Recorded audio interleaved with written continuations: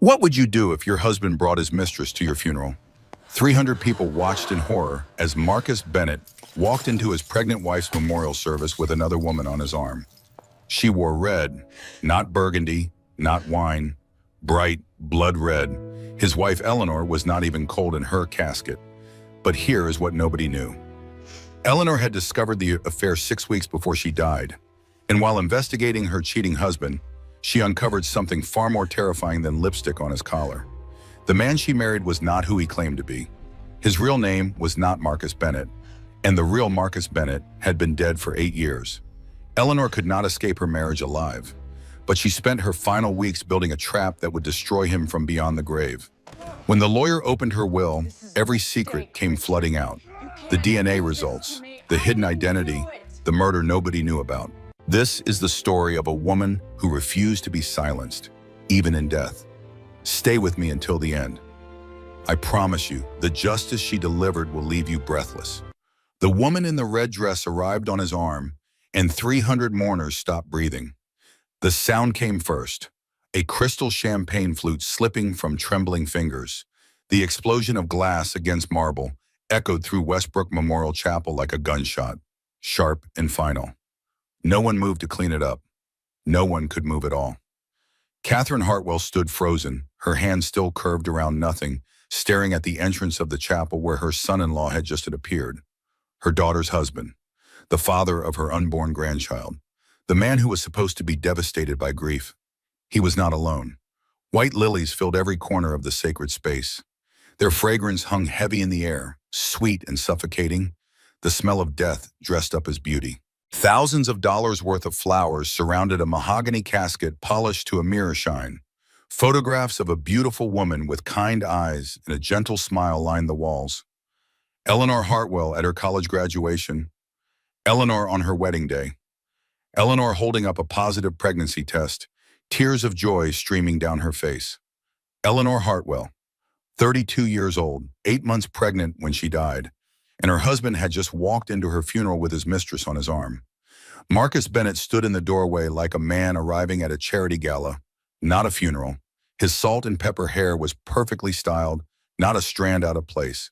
His designer black suit probably cost more than most people made in a month. His jaw was clean-shaven, his posture radiating the confidence of a man who had never been told no in his entire life.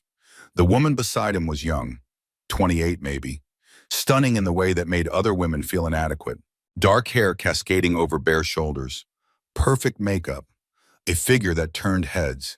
And she was wearing red, not burgundy, not wine, not maroon or crimson, or any shade that could be excused as a mistake.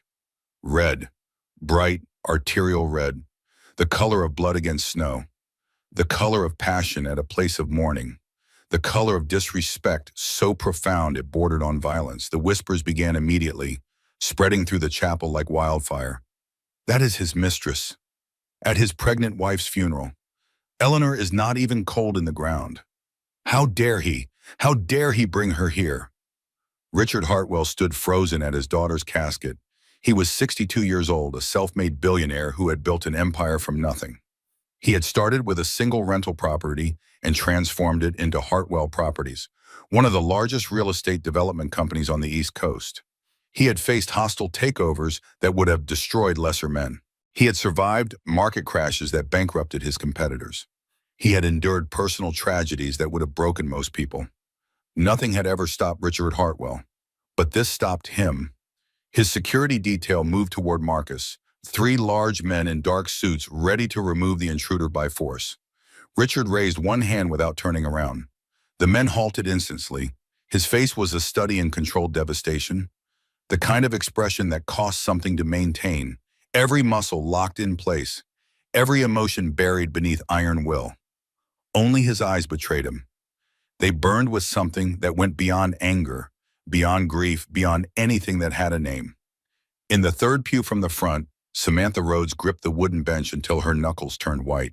Sam was 32, the same age Eleanor had been. They had been best friends since their freshman year of college, roommates for 4 years, bridesmaids at each other's weddings. The kind of friends who finished each other's sentences and knew each other's secrets. Sam knew things. Eleanor had told her everything in those final weeks, and she knew what was coming. She watched Marcus guide Vanessa down the center aisle as if they were arriving at a society event instead of a funeral. He nodded at acquaintances he passed. He offered small, sad smiles to people who had known Eleanor since childhood. He played the grieving widower with the skill of an Oscar-winning actor. They sat in the row reserved for immediate family. Vanessa crossed her legs, her red stiletto bouncing slightly with each breath. She looked around the chapel with barely concealed boredom, as if wondering how long this would take. Jonathan Hartwell approached from the side aisle. He was 35, Eleanor's older brother. He had his father's build and his mother's temper, a combination that made him formidable when provoked. Right now, he was very much provoked. "You need to leave," Jonathan said, his voice low but sharp as broken glass. "Now." Marcus looked up with an expression of wounded dignity, as if he could not believe anyone would treat him this way. "I am Eleanor's husband. I am not going anywhere. That woman is not welcome here. This is a family service. That woman is my guest." Marcus's voice carried just enough to reach the nearby pews. "And I would appreciate it if you showed some respect for my grief. I have just lost my wife and my unborn child. This is the hardest day of my life." The audacity, the sheer, breathtaking audacity of the statement hit Jonathan like a physical blow. His hands curled into fists at his sides. Every instinct screamed at him to grab Marcus by his expensive collar and drag him out of the chapel, to punch that smug expression off his face, to make him pay for this final, ultimate insult to Eleanor's memory. But his mother's voice cut through the red haze of rage. "Jonathan, not here. Not." Catherine Hartwell had somehow crossed the room without anyone noticing. Her face was pale as paper, her eyes red-rimmed from days of crying, but her voice was steel forged in fire. "We will not make a scene at my daughter's funeral. That is what he wants. We will not give it to him." Jonathan looked at his mother, looked at Marcus, looked at Vanessa in her obscene red dress. He stepped back. The tension remained, thick enough to taste, but the immediate crisis passed. The service began. Pastor Williams stood at the pulpit, a man who had baptized Eleanor as an infant and watched her grow into a remarkable woman. His voice trembled as he spoke words that felt hollow against the reality of what had happened.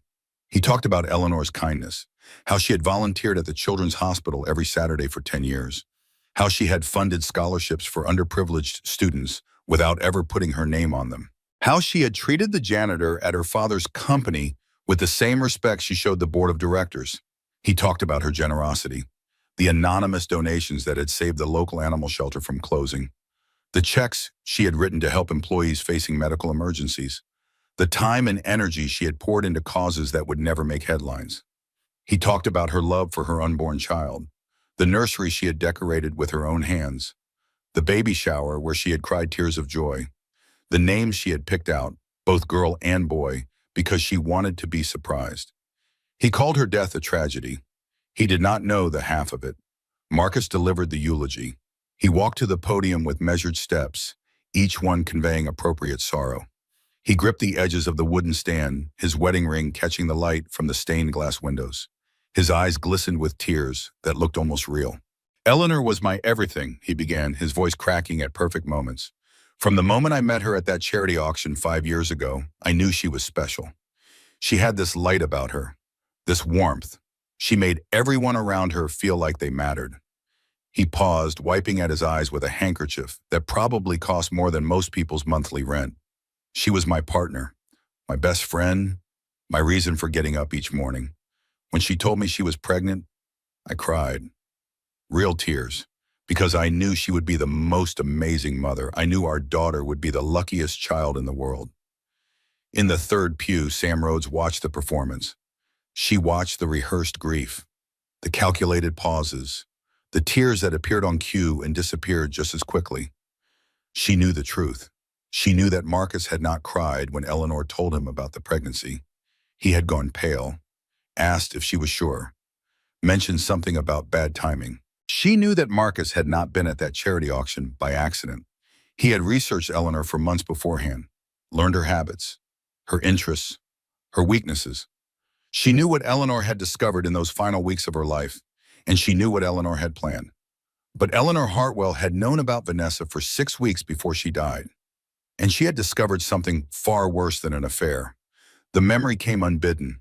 3 weeks before the funeral, Eleanor was still alive. She stood in her bathroom, 8 months pregnant, staring at herself in the mirror. Her face was pale despite the pregnancy glow everyone kept complimenting. Her eyes were hollow, dark circles underneath from nights of broken sleep. Her hands trembled against the marble countertop as if she had suddenly developed a chill. "You stupid, stupid woman," she whispered to her reflection. "The signs were all there. How did you not see them?" On the counter sat a receipt from the Four Seasons Hotel, a room for two, champagne, strawberries dipped in chocolate, room service breakfast for two, charged to their joint American Express card, the one she had access to but rarely checked. He had not even tried to hide it. Eleanor picked up the receipt with fingers that shook. Read it again. Read the date, November 15th. Read the room number, the presidential suite. Read the total, $3,400 for one night, November 15th. Their anniversary trip to her parents' lake house had been canceled that week. Marcus had claimed a business emergency, something about a deal falling through. He had promised to make it up to her. Now she knew how he had spent that weekend. She folded the receipt carefully, precisely, and put it in her pocket. She would need evidence. She would need proof. She would need everything she could gather before she decided what to do next. She looked at her reflection one more time, at the woman who had believed every lie, who had trusted every promise, who had built her entire future on a foundation of sand. "No more," she said quietly to the stranger in the mirror. "No more." Back at the funeral, the service was ending. Marcus placed his hand on Eleanor's casket with what he probably thought was tender reverence. His wedding ring caught the light. He bowed his head in what looked like prayer, but was probably calculation. Behind him, Gregory Morrison checked his watch discreetly. Gregory was 58 years old, the Hartwell family attorney for 3 decades. He had drafted Richard's first business contracts when Hartwell Properties was just a dream. He had created the trust that protected the family fortune from predators and gold diggers. He had helped Eleanor write her first will at 21 when she came into her trust fund. And he had helped her write her last will just 3 weeks ago, in secret, with instructions that would shake the foundations of everything Marcus Bennett thought he knew. The will reading was scheduled for 2 hours from now at the Hartwell estate. But Gregory knew something the others did not. Eleanor Hartwell was about to speak from the grave, and when she did, nothing would ever be the same. 6 weeks before her death, Eleanor Hartwell's morning began like any other Tuesday in October. She woke at 7:15 to an empty bed. The sheets beside her were cold, meaning Marcus had left hours ago. "Business meeting in the city," he had texted at 5:30. "Did not want to wake you, love you." She had smiled at the message then. Now she wondered if any of it was true. Eleanor made herself tea in the gleaming kitchen of their $5 million home in the suburbs. Decaffeinated Earl Grey, because the pregnancy book said caffeine was risky after the first trimester. She added honey from the local farmer's market because Marcus teased her about her sweet tooth, but always made sure the pantry was stocked with her favorites. She ate toast with butter and strawberry jam. She scrolled through news headlines on her tablet, pausing at a story about a mother and daughter reunited after 40 years. Tears came easily these days. The doctor said it was hormones. She felt the baby kick against her palm and smiled. "Good morning, little one," she whispered to her belly. "Are you hungry too?" By 9 o'clock, Eleanor was restless. The house was too quiet. The housekeeper did not come until Thursday. Her mother had offered to visit, but Eleanor had insisted she needed time alone to rest. She wandered through the rooms, looking for something to occupy her hands and mind. The nursery was finished. The baby shower thank you notes were written and mailed. The hospital bag was packed and waiting by the front door. For the first time in months, Eleanor had nothing to do. That was when she decided to organize Marcus's home office. It was not something she normally did. Marcus was particular about his space, almost territorial. He kept the door closed when he worked. He had asked her, gently but firmly, to leave his filing alone because he had a system that worked for him. But Eleanor was nesting. Her doctor had explained that pregnant women often felt compelled to clean, organize, prepare. Some ancient instinct driving them to make everything perfect for the baby's arrival. Marcus would understand. He always understood. She started with the bookshelves, dusting leather-bound volumes that Marcus collected but never read. They were for show, she realized now. Props for the successful businessman character he played. Then the filing cabinet, color-coded folders arranged alphabetically, tax returns, investment statements, property records, everything perfectly organized. Everything exactly where it should be. Then his desk. It was a massive antique piece, mahogany with brass handles, supposedly once owned by some railroad baron. Marcus had paid $60,000 for it at auction. Eleanor had thought it was excessive. Marcus had said it was an investment. She wiped down the surface with a microfiber cloth, organized the pens in his cup, straightened the photograph of their wedding day that sat in a silver frame. That was when she noticed the drawer. A small drawer on the left side of the desk, nestled between two larger ones. She had seen it 100 times but never paid attention. It was just a drawer, but when she tried to open it, it would not budge. Locked. Eleanor stared at the locked drawer for a long moment. A strange feeling crept over her, something cold and uneasy settling in her stomach. Why would Marcus lock a drawer in his home office? She tried to dismiss the thought. Everyone had private things. Everyone deserved some space that was just their own. She was being paranoid, pregnancy hormones making her suspicious over nothing. But the feeling would not go away. She looked for a key, checked the desk surface, checked the other drawers, all of which opened easily and contained nothing remarkable. Checked the bookshelf nearby, checked the coat rack in the corner where Marcus sometimes hung his jacket. Nothing. She went upstairs to their bedroom, checked his nightstand, his dresser, the closet where his clothes hung in perfect order, arranged by color and season.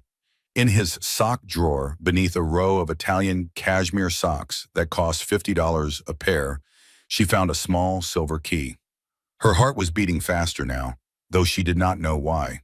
Some part of her, some instinct buried deep, was screaming at her to stop, to put the key back, to close the drawer and never think about it again. She went back downstairs. The key fit the lock perfectly. The drawer opened.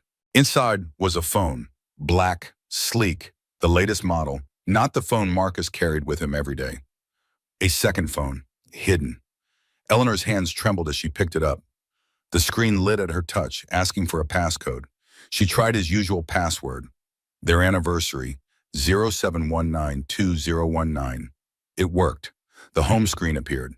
Messages, photos, calendar, all the normal apps.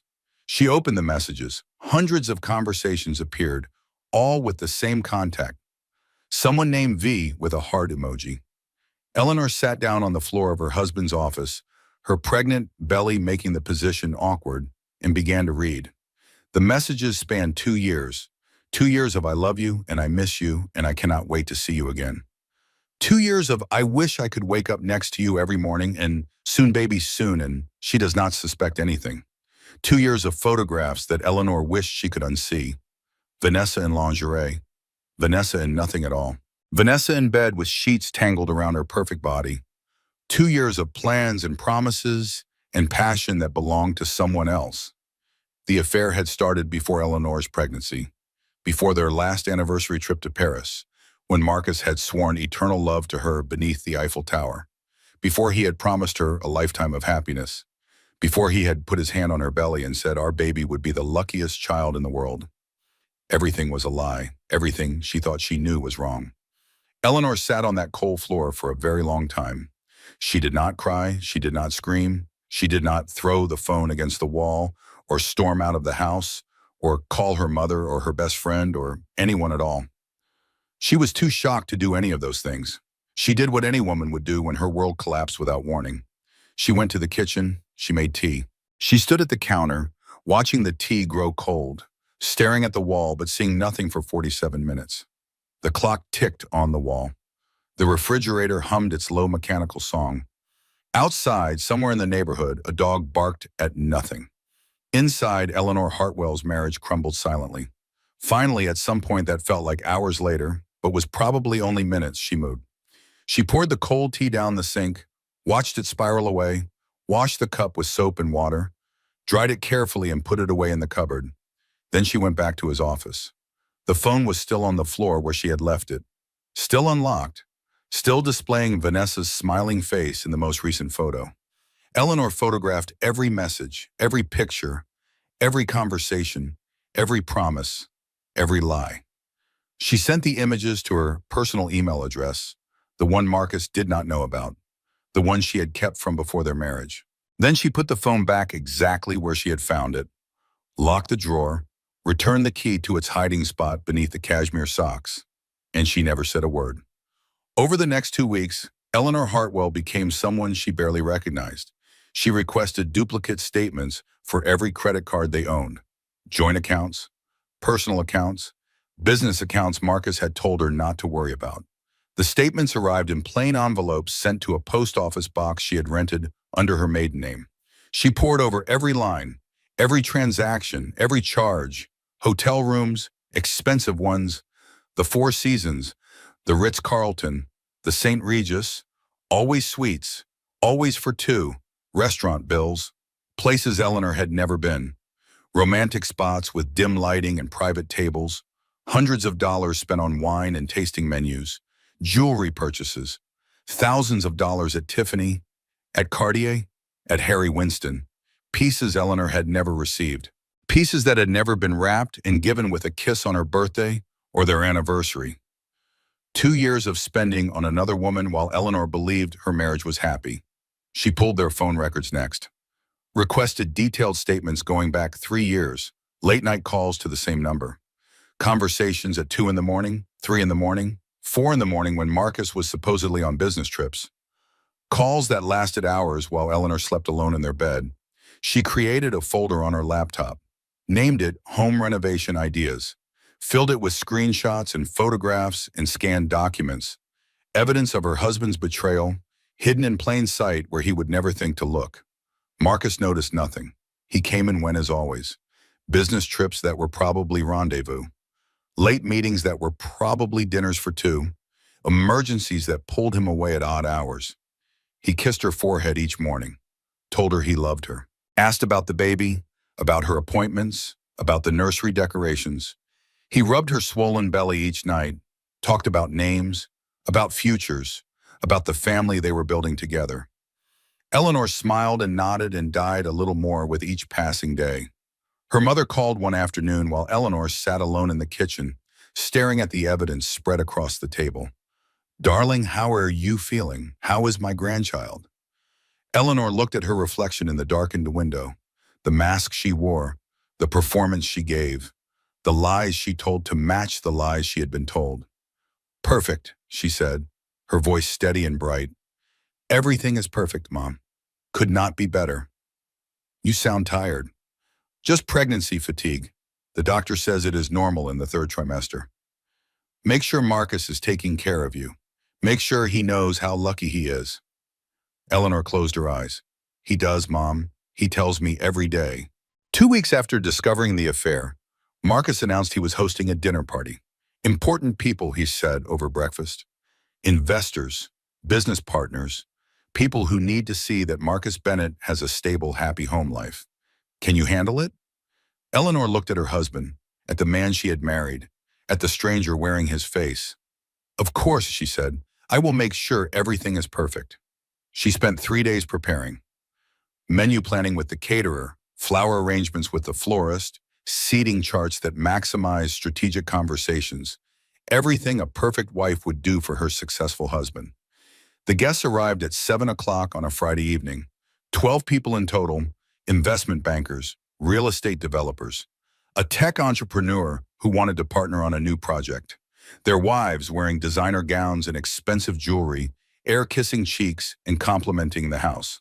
Eleanor greeted them in a navy blue silk maternity dress that cost $1,800, pearls her grandmother had given her on her 21st birthday, her wedding ring, a 5-carat diamond that suddenly felt like a handcuff. She was perfect, gracious, charming, the ideal hostess.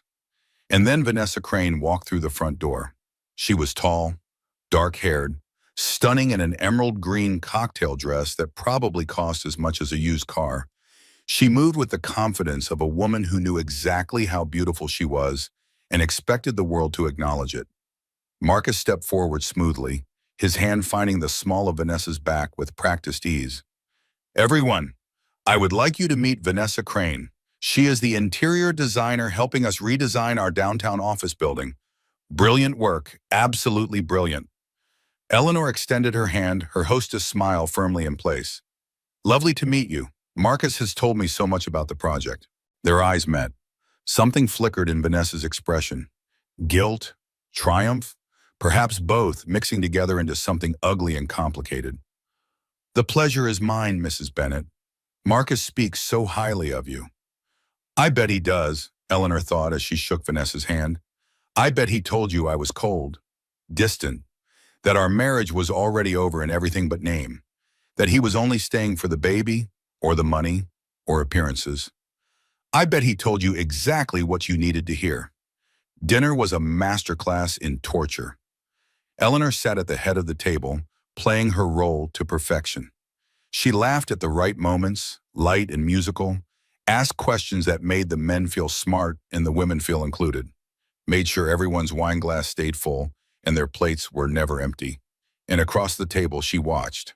She caught the looks between Marcus and Vanessa, quick glances when they thought no one was paying attention, hidden smiles behind raised glasses, their fingers brushing when they passed the breadbasket, lingering a moment too long to be accidental. They thought they were being discreet. They thought no one could see.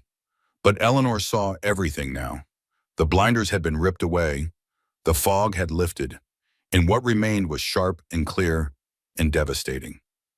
Halfway through the main course, a perfectly prepared beef tenderloin with red wine reduction, Eleanor excused herself.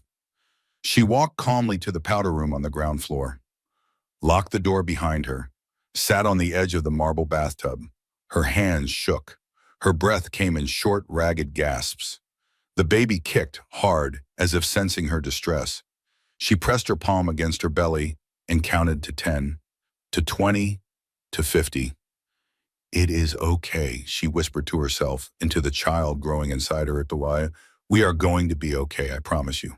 Somehow, some way, we are going to be okay. She stayed in that bathroom for 10 minutes, practiced breathing, practiced composure, practiced the mask she would have to wear for the rest of the evening and all the evenings that followed. Then she fixed her makeup, smoothed her dress, checked her reflection one final time. Perfect, serene, unbreakable. She returned to the dinner table and finished her meal. That night, hours after the last guest had left and the caterers had cleaned up, Eleanor could not sleep. Marcus was out again. Business drinks with one of the investors, he had said, could run late. Do not wait up. She did not ask where. She did not need to. She already knew. She went back to his office. The second phone was gone. He must have taken it with him. But she was not looking for the phone this time. She was looking for more. The home renovation ideas folder on her laptop was growing, but it was not enough. An affair was painful, humiliating, devastating, but it was not illegal. She needed something more, something that would give her real leverage, real power. She searched his desk more carefully this time, pulled out every drawer, felt along the inside for hidden compartments, checked the false bottom she had read about in novels. That was when she found it.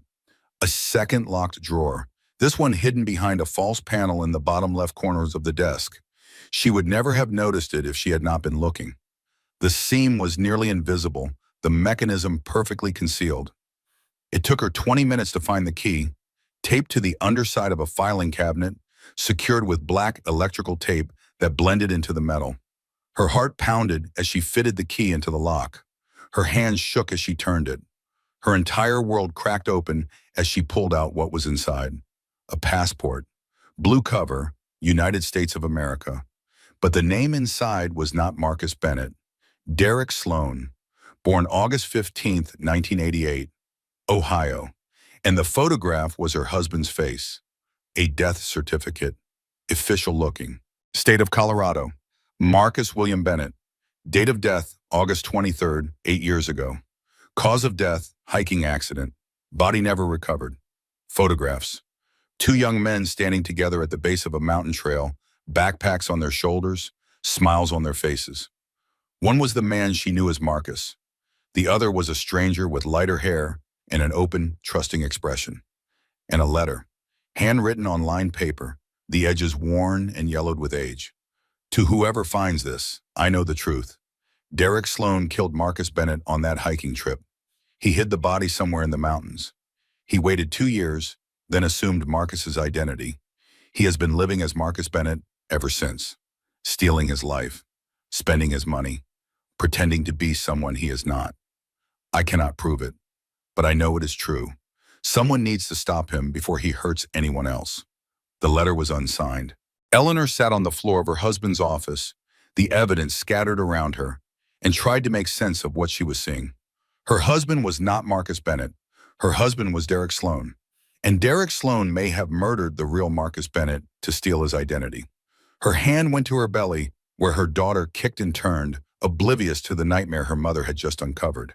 She was married to an imposter, a con man, possibly a murderer, and she was carrying his child. The next morning came too soon. Eleanor had not slept. She had spent the entire night in Marcus's office, reading and rereading the documents, photographing everything, putting it all back exactly where she had found it.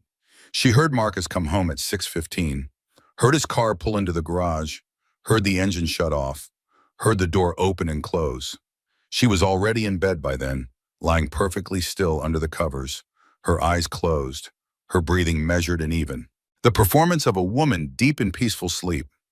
She listened to him move through the house, heard him drop his keys in the ceramic bowl by the front door, heard him pour himself a glass of water in the kitchen, heard his footsteps on the stairs. The shower started. She listened to the water run, listened to him hum a song she did not recognize. He was in a good mood. Of course he was. He had spent the night with his mistress while his pregnant wife lay awake in the dark, discovering that her entire marriage was built on murder and lies. Eleanor counted the minutes, listened to him dress, heard him pad down the hallway in socked feet, smelled his cologne, expensive and distinctive, as he entered the bedroom. He leaned over her, kissed her forehead with lips that had probably kissed Vanessa hours before. "Love you, Ellie," he murmured. "Get some rest. You need it." Every cell in her body screamed. Every instinct demanded she recoil, shove him away, demand the truth.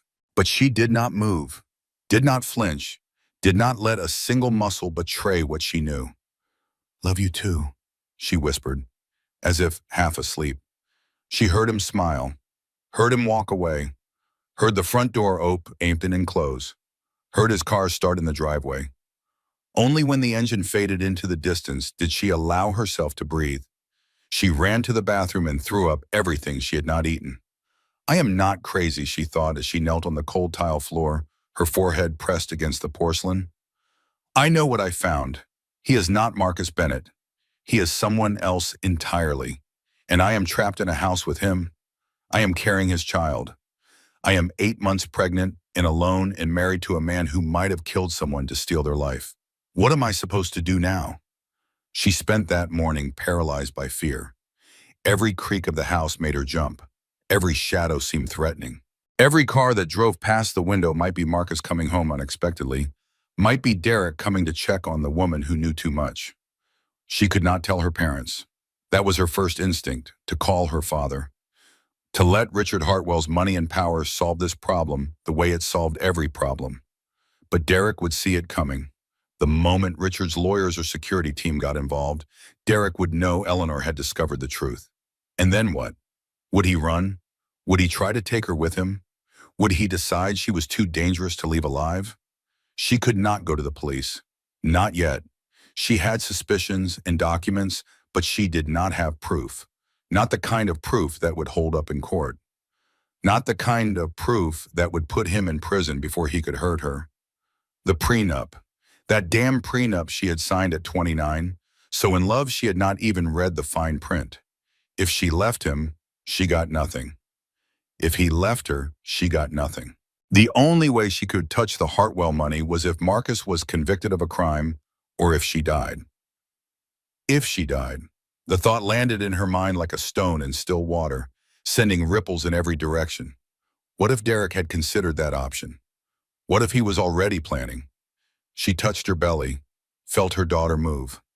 "We are in danger," she whispered. Both of us.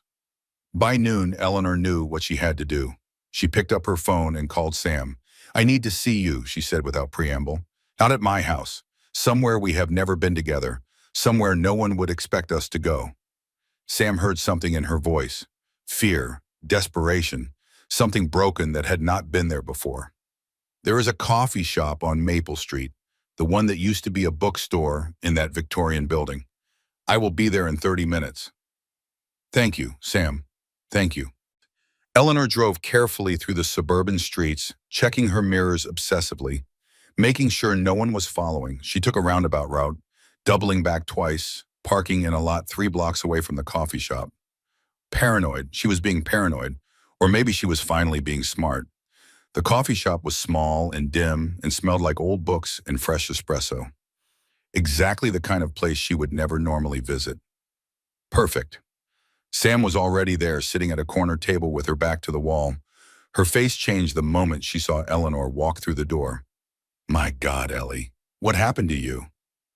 Eleanor sat down heavily, her pregnant belly making the small chair uncomfortable. She looked at her best friend, at the woman she had known for more than a decade, at the only person in the world she trusted completely. "I need you to listen," Eleanor said. "I need you to listen to everything I am about to tell you. And I need you to not say anything until I am finished." Sam nodded slowly. "Okay, I am listening." Eleanor told her everything. The affair, the second phone, the messages spanning 2 years, the photographs she wished she could unsee. Sam's expression shifted from concern to anger to protective fury. Then Eleanor told her about the other discovery. The passport in the name Derek Sloan, the death certificate for Marcus William Bennett, the photographs of 2 men who went hiking together and only one who came back, the unsigned letter accusing Derek of murder. Sam's face went from furious to horrified to pale as a ghost. "Ellie," she said when Eleanor finally stopped talking, "this is criminal. This is not just an affair. This is identity theft. This is fraud. This might be murder. We need to call the police right now." Eleanor shook her head. "And say what? My husband might be using a dead man's identity. I might be married to a murderer. They will need proof, real proof, evidence that will hold up in court. And the moment Derek knows I suspect anything, the moment he thinks I might expose him, I am in danger." She put her hand on her belly. "We are in danger." Sam stared at her friend. The weight of the situation settled over them like a physical thing, heavy and suffocating. "Then we get proof," Sam said finally, quietly, carefully, without him knowing. "That is what I was thinking. Do you have a plan?" Eleanor almost smiled. "I am starting to." Over the next 2 weeks, Eleanor Hartwell transformed herself. She was no longer just a pregnant wife waiting for her husband to come home. She was an investigator, a strategist, a woman fighting for her life in the life of her child. She hired a private investigator, cash only, a man named Raymond Garrett, who came highly recommended by a divorce attorney Sam had contacted on Eleanor's behalf. Garrett was 55, former FBI, with a face like crumpled leather and eyes that had seen everything. She met him at a different location each time: public parks, shopping mall food courts, the back booth of a diner 40 miles from her house. She paid from a hidden account her father had set up for her years ago, what he had called mad money, just in case. She had never understood what just in case meant until now. Garrett worked fast and asked few questions. Within a week, he had answers. The real Marcus William Bennett had been a trust fund kid from Greenwich, Connecticut. Old money, established family, degrees from Exeter and Yale. Everything handed to him since the day he was born. He had died in a hiking accident in the Rocky Mountains 8 years ago. Solo trip, supposedly. His body was never recovered. The search parties looked for 2 weeks before giving up. The mountains kept their secrets. But Marcus had not gone hiking alone. His companion on that fatal trip was a man named Derek Sloan. Derek Sloan had grown up in foster care in Ohio. No family, no money, no prospects. He had bounced between group homes and temporary placements until aging out of the system at 18. After that, the records became spotty. Small-time cons, petty theft, nothing violent, but nothing honest either. He had met Marcus Bennett at a bar in Denver 2 months before the hiking trip. They had become friends, drinking buddies. Marcus liked Derek's edginess, his street smarts, his stories about a life so different from his privileged upbringing. Derek liked Marcus's money. They went hiking together in late August, two men going into the wilderness. Only one came back. Derek told the rangers that Marcus had slipped on a rocky trail and fallen into a ravine. He had tried to save him but could not. The body was too far down to retrieve. The rangers believed him. Why would they not? He was distraught, traumatized. A man who had just watched his friend die. Case closed. 2 years later, Marcus Bennett reappeared. He contacted his mother, Virginia Bennett, claiming to have survived the accident. He said he had suffered a head injury that caused amnesia. He had wandered for weeks, been picked up by a family in a remote cabin, slowly recovered his memories over the course of 2 years. It was a ridiculous story, impossible. The kind of thing that only happened in soap operas. But Virginia wanted to believe. Her son was back from the dead. Her miracle. She did not question too closely, did not look too hard at the small differences in his appearance, the subtle changes in his mannerisms. She welcomed him home. She gave him access to his trust fund, and Derek Sloan became Marcus Bennett. Raymond Garrett sat across from Eleanor in the back booth of a diner in Trenton. "Mrs. Hartwell," he said quietly, "I am 90% certain your husband killed Marcus Bennett on that hiking trip, hid the body somewhere in the mountains where it would never be found, then waited 2 years for things to cool down before assuming his identity." Eleanor nodded. She had known. Some part of her had known since she found those documents. "I need DNA proof," she said. "Something that cannot be disputed. Something that will hold up in court." Garrett wrote something on a napkin, slid it across the table. "Virginia Bennett, the real Marcus's mother. She lives in Greenwich still. If you can get her to cooperate, if we can get DNA from the man claiming to be her son and compare it to something she has from the real Marcus, we can prove they are not the same person." Eleanor looked at the address, the phone number. She thought about her daughter kicking inside her, about the man she had married, about the life she had built on a foundation of corpses and lies. "I will make her cooperate," Eleanor said. That night, Eleanor sat in the nursery. She did not turn on the lights. The darkness felt appropriate somehow, comforting even, a place to hide while she figured out what to do next. The room was perfect, pink walls like the inside of a seashell, white furniture that cost more than most people's cars, a mobile of butterflies hanging over the crib, each one hand-painted in colors she had chosen herself. She sat in the rocking chair Derek had helped her assemble, rocked back and forth, back and forth. The chair creaked softly with each motion, a rhythmic sound like a heartbeat. Her hand rested on her belly. The baby kicked. "I am going to protect you," Eleanor whispered to the darkness. "No matter what it costs me, no matter what I have to do, you are going to grow up safe and loved and free from all of this." She rocked and rocked, "Even if I have to burn everything down to make it happen." Outside, an owl called in the trees. The wind rustled the leaves, the moon passed behind clouds.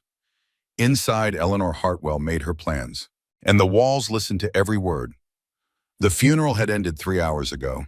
300 people had filed out of Westbrook Memorial Chapel, many of them in tears, all of them in shock. The image of Marcus Bennett arriving with his mistress would be the talk of every country club and dinner party for months to come. Now the mourners had reconvened at the Hartwell estate for the reception, a sprawling property in the hills overlooking the city, purchased by Richard Hartwell 20 years ago when his company first broke into the $100 million mark. White columns, manicured gardens, rolling lawns that seemed to stretch forever. The kind of house that whispered old money and quiet power. Inside, the reception was an exercise in awkward tension. People stood in small clusters, speaking in hushed voices, stealing glances at Marcus whenever he walked by. The catering staff circulated with trays of canapes and champagne that no one seemed to want. Marcus moved through the crowd like a man born to tragedy. He accepted condolences with perfect grace. He wiped away tears at appropriate moments. He spoke of Eleanor with such apparent tenderness that even the guests who had witnessed the red dress debacle found themselves almost moved. Almost. Vanessa waited in his car in the driveway as instructed. Marcus had promised her it would only be a few hours. Then they would leave together. Start their new life. Finally be free. She had believed him. She always believed him. In the wood-paneled study at the back of the house, Richard Hartwell stood at the window staring out at nothing. He had not eaten, had not drunk, had not spoken to anyone except in monosyllables since the funeral ended. His face was a mask carved from stone, betraying nothing of the volcano churning beneath. His daughter was dead, his grandchild was dead, and the man responsible was eating salmon puffs in his living room.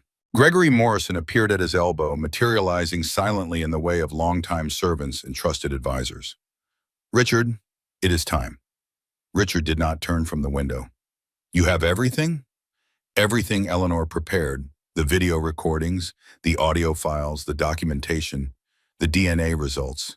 It is all ready and waiting." "And Detective Holloway?" "On standby, she and 2 officers are parked at the service entrance. They will enter on my signal." Richard nodded once. Sharp, military, the gesture of a man accustomed to giving orders and having them obeyed. "Then let us end this charade once and for all." The family gathered in Richard's private library. It was a room designed to intimidate. Dark wood paneling that absorbed sound and light.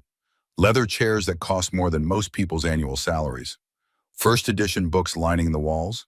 Hemingway and Fitzgerald and Faulkner, worth a small fortune if anyone ever bothered to appraise them.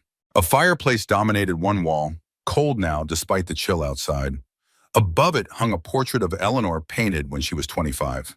Before Marcus, before the lies, before everything. She was smiling in the painting, her whole life spread before her like a feast. Richard took his customary seat at the head of the room, a high-backed leather chair that resembled nothing so much as a throne. Catherine sat beside him, her hand finding his beneath the armrest, holding tight. Jonathan stood by the fireplace, his arms crossed, his expression thunderous. Gregory Morrison sat at the antique desk in the corner, folders and devices spread before him like weapons waiting to be deployed. And Marcus Bennett settled into one of the guest chairs with the easy confidence of a man who believed he was about to inherit a fortune. He was wrong. The library door opened one more time. Sam Rhodes walked in. Marcus's confident expression flickered. "What is she doing here? This is a private family matter." Gregory did not look up from his papers. Mrs. Hartwell specifically requested Ms. Rhodes's presence for the reading. She was quite explicit in her instructions. "Eleanor's friend has no business at a will reading. She is not family. She has no legal standing." Mrs. Hartwell felt otherwise. Gregory's voice was calm, almost bored. She left detailed instructions about who should be present. When her final wishes were read, Ms. Rhodes was on the list. "Would you like to see the documentation?" Marcus's jaw tightened. His eyes darted to Richard, to Jonathan, to Sam herself, looking for an ally, finding none.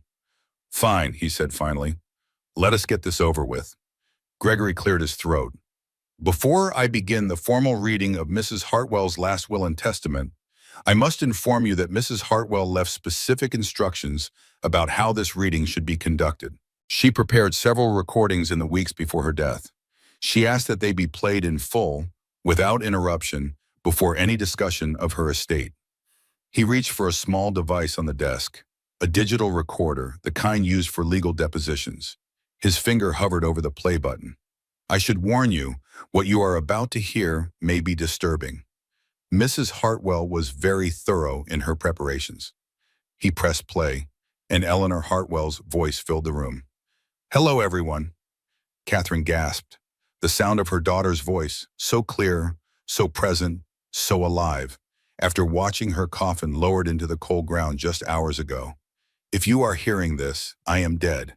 And if I am dead, there are certain things that need to be said, things I could not say while I was alive, things that have been weighing on my heart for weeks." A pause. The recording captured her breath, soft and measured. "Marcus, I want you to know something. I found out about Vanessa 6 weeks before I died." The room went absolutely still. Even the clock on the mantel seemed to stop ticking. "The affair, the lies, the hotel rooms you charged to our joint account at the Four Seasons and the St. Regis, and all those other places you thought I would never check. The jewelry you bought her at Tiffany with money that was supposed to be ours. I knew about all of it." Marcus shifted in his seat, the first crack in his composure. "Eleanor was confused," he said quickly. "The pregnancy hormones made her paranoid. She saw conspiracies everywhere. She accused me of things that never happened. I was not confused, the recording continued, as if anticipating exactly this defense. I was perfectly clear, more clear than I had ever been in my entire life.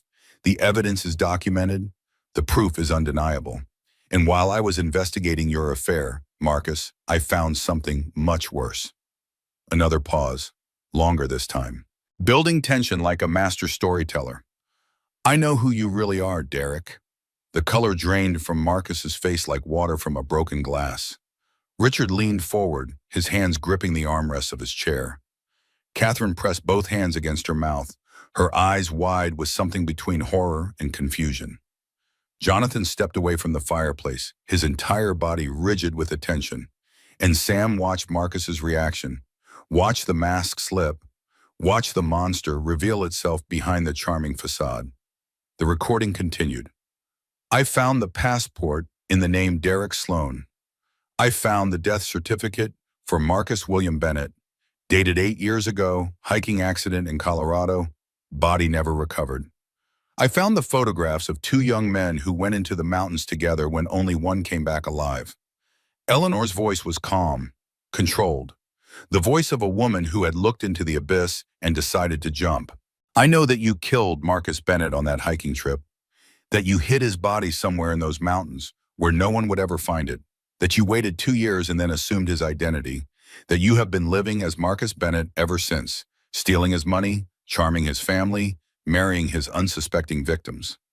Marcus stood abruptly, his chair scraped against the hardwood floor with a shriek that made everyone flinch. This is insane. This is absolutely insane. Someone has doctored these recordings. Someone is trying to destroy me. He reached for his phone. I am calling my lawyer right now. Sit down, Mr. Bennett. Gregory Morrison's voice cut through the room like a blade. Or should I address you as Mr. Sloan? I believe that is the name on your birth certificate. Security appeared at the library door. 2 large men in dark suits, the same ones who had been at the funeral. They stepped inside, blocking the exit. Marcus looked at them, looked at Richard, looked at the faces around the room, each one a mirror reflecting his exposure. He sat down, but the game was far from over. Eleanor's recording resumed. I spent 3 weeks gathering evidence, photographs, documents, witness statements. I hired a private investigator, a former FBI agent who knows how to find the truth that people try to hide. And I contacted Virginia Bennett, the real Marcus's mother. Gregory pressed another button. A screen descended from the ceiling, hidden behind a panel that Richard had installed years ago for business presentations. A video began to play. Virginia Bennett appeared on the screen. She was 70 years old, elegant despite her years, dressed in simple black that spoke of old money and older values. But her hands trembled. Her eyes were red from crying. 3 months ago, Virginia said, her voice cracking, a woman named Eleanor Hartwell contacted me. She told me things about my son, about the man I thought was my son, things that made me sick to my stomach. The video showed Virginia in a living room decorated with antiques and family photographs. She held a tissue in one hand, dabbing at her eyes. She asked me to help her prove the truth. I did not want to believe her. I could not believe her. My Marcus was back. My miracle. After 2 years of grieving, 2 years of thinking he was dead, he had come home to me. Virginia's voice broke completely. She paused, composed herself, continued. But Eleanor was right. Something had always been wrong. Little things that I told myself did not matter. He did not remember our family recipes. He called our old dog by the wrong name. He did not recognize his childhood best friend when we ran into him at the club. She took a shaky breath. I agreed to help her. I collected DNA samples from the man claiming to be my son, a coffee cup he left at my house, a cheek swab I took while pretending to check for a scratch. I sent them to 3 different laboratories just to be sure. The video paused on Virginia's devastated face. The results came back 4 weeks ago. All 3 labs agreed. The man I have been treating as my son for the past 6 years is not Marcus William Bennett. He shares none of Marcus's DNA. None. She held up a photograph. 2 young men standing together, arms around each other's shoulders, smiling at the camera. This is my real son, the one on the left. Marcus. He died 8 years ago in those mountains.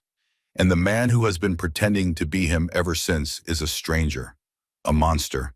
And I want the world to know what he did. The video ended. The screen went dark. In the library, no one spoke for a very long time. Marcus Bennett, who was not Marcus Bennett at all, sat frozen in his chair.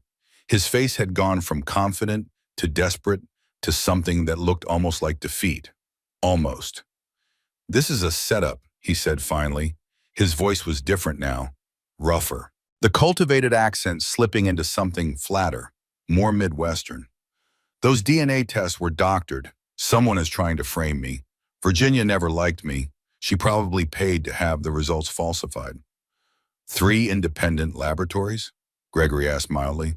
"With chain of custody documentation? With expert witnesses prepared to testify?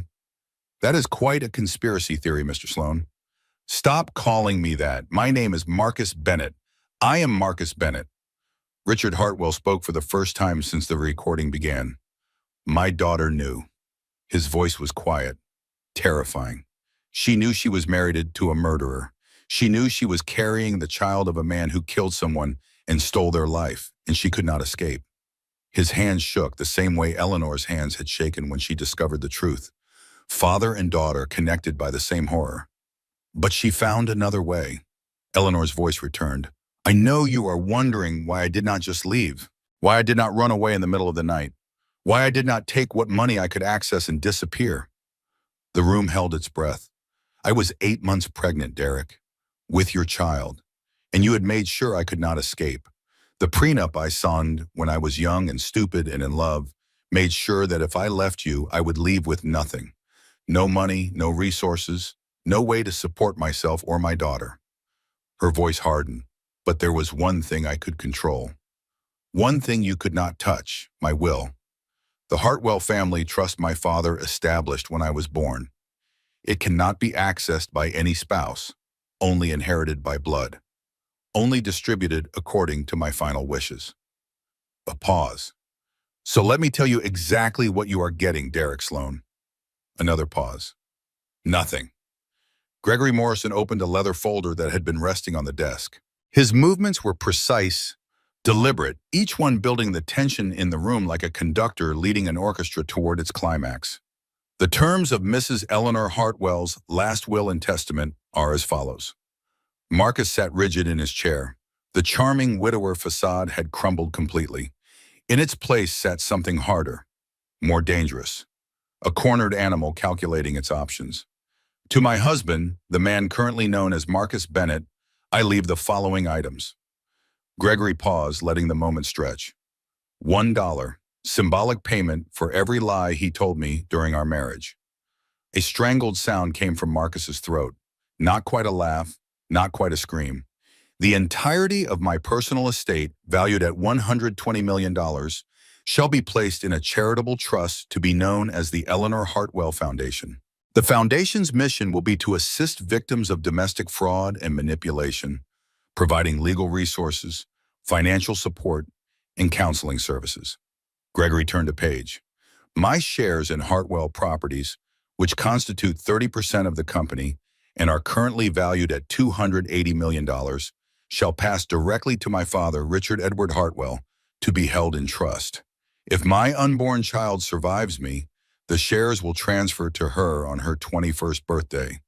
If my child does not survive, the shares will remain with my father's estate in perpetuity." Marcus found his voice. It was different now, sharper, stripped of the cultured veneer he had worn for years. "The baby, our baby. I am the father. I have legal rights to that child's inheritance. You cannot cut me out entirely." "Do you?" Eleanor's voice cut in. Another recording cued perfectly. "I had another DNA test done, Derek, one you did not know about." The room went silent again. "When I was 6 months pregnant, I told you I was having a routine amniocentesis. You did not come to the appointment. You said you had meetings. You said you trusted the doctors. You said I would be fine on my own." Marcus's face changed. Calculation replaced outrage. "But I was not checking for genetic conditions. At least, that was not the primary purpose. I was checking paternity." A pause. Imagine my surprise when I discovered I had been faithful throughout my entire marriage. The baby is yours, 100% Derek Sloan DNA, but here is what else the test revealed. The sound of papers shuffling came through the recording. Your DNA was compared against the National Criminal Database. It is standard procedure now in certain states for prenatal testing. Something about tracking genetic diseases. I do not fully understand the science, but the result was very interesting. Marcus stopped breathing. There was a match. Your DNA matched evidence collected at the scene of an armed robbery in Henderson, Nevada, 12 years ago. A robbery where a security guard named Thomas Whitmore was shot and killed. The silence in the library was absolute. You were never convicted because there were no witnesses who survived. No DNA match in the system because you had never been arrested for anything that required a sample. Until now. Catherine Hartwell's hand covered her mouth. The same gesture Eleanor had made when she first discovered the truth. Mother and daughter, separated by death, connected by the same horror. Gregory Morrison closed the folder. Mrs. Hartwell's documentation, including the DNA evidence from the prenatal test, has been forwarded to the Nevada District Attorney's Office. The case has been reopened. A warrant has been issued. Marcus lunged to his feet. This is entrapment. This is illegal. My lawyers will tear this apart. You cannot use medical tests as evidence in a criminal prosecution. This will never hold up in court. Perhaps, Gregory said calmly, that is for the courts to decide. But I suspect the Nevada prosecutors have other evidence now that they know where to look. 12 years is a long time, but forensic science has improved considerably. He glanced at his watch. However, the Nevada charges are not the most pressing concern at the moment. The library doors opened. A woman entered, middle-aged, professional, badge clearly visible on her hip. Detective Patricia Holloway, she said. Homicide Division. Marcus spun toward her. Homicide? My wife died in a car accident. The official report says brake failure due to wear and tear. There is no homicide investigation. Was it an accident? Detective Holloway asked mildly. She held up a manila envelope. 3 weeks ago, I received this package in the mail, postmarked the day before Mrs. Hartwell died. Inside was a letter and evidence. She opened the envelope, pulled out several sheets of paper. Mrs. Hartwell wrote that if anything happened to her, I should investigate her husband immediately. She suspected her brake lines had been tampered with. She had overheard him on a phone call, speaking to someone about car problems that would make it look like an accident. The room had gone completely still. We had not examined the wreckage closely. Why would we? It looked like a standard accident. Worn brake lines on a mountain road. Tragic but not suspicious. She met Marcus's eyes. We examined it yesterday. The brake lines were cut, professionally done, made to look like gradual wear and tear over time. If we had not known exactly what to look for, we never would have found it. Richard Hartwell's hands began to shake. The same tremor that had afflicted Eleanor when she wrote that letter, when she faced her own mortality and kept planning anyway. You murdered her, Richard said. His voice was barely above a whisper. You murdered my daughter. You murdered my grandchild.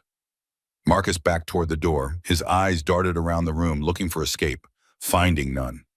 You cannot prove anything. This is all circumstantial. Any lawyer worth his fee will destroy your case.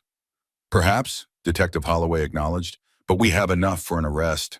And once we start digging, Mr. Sloan, we tend to find more.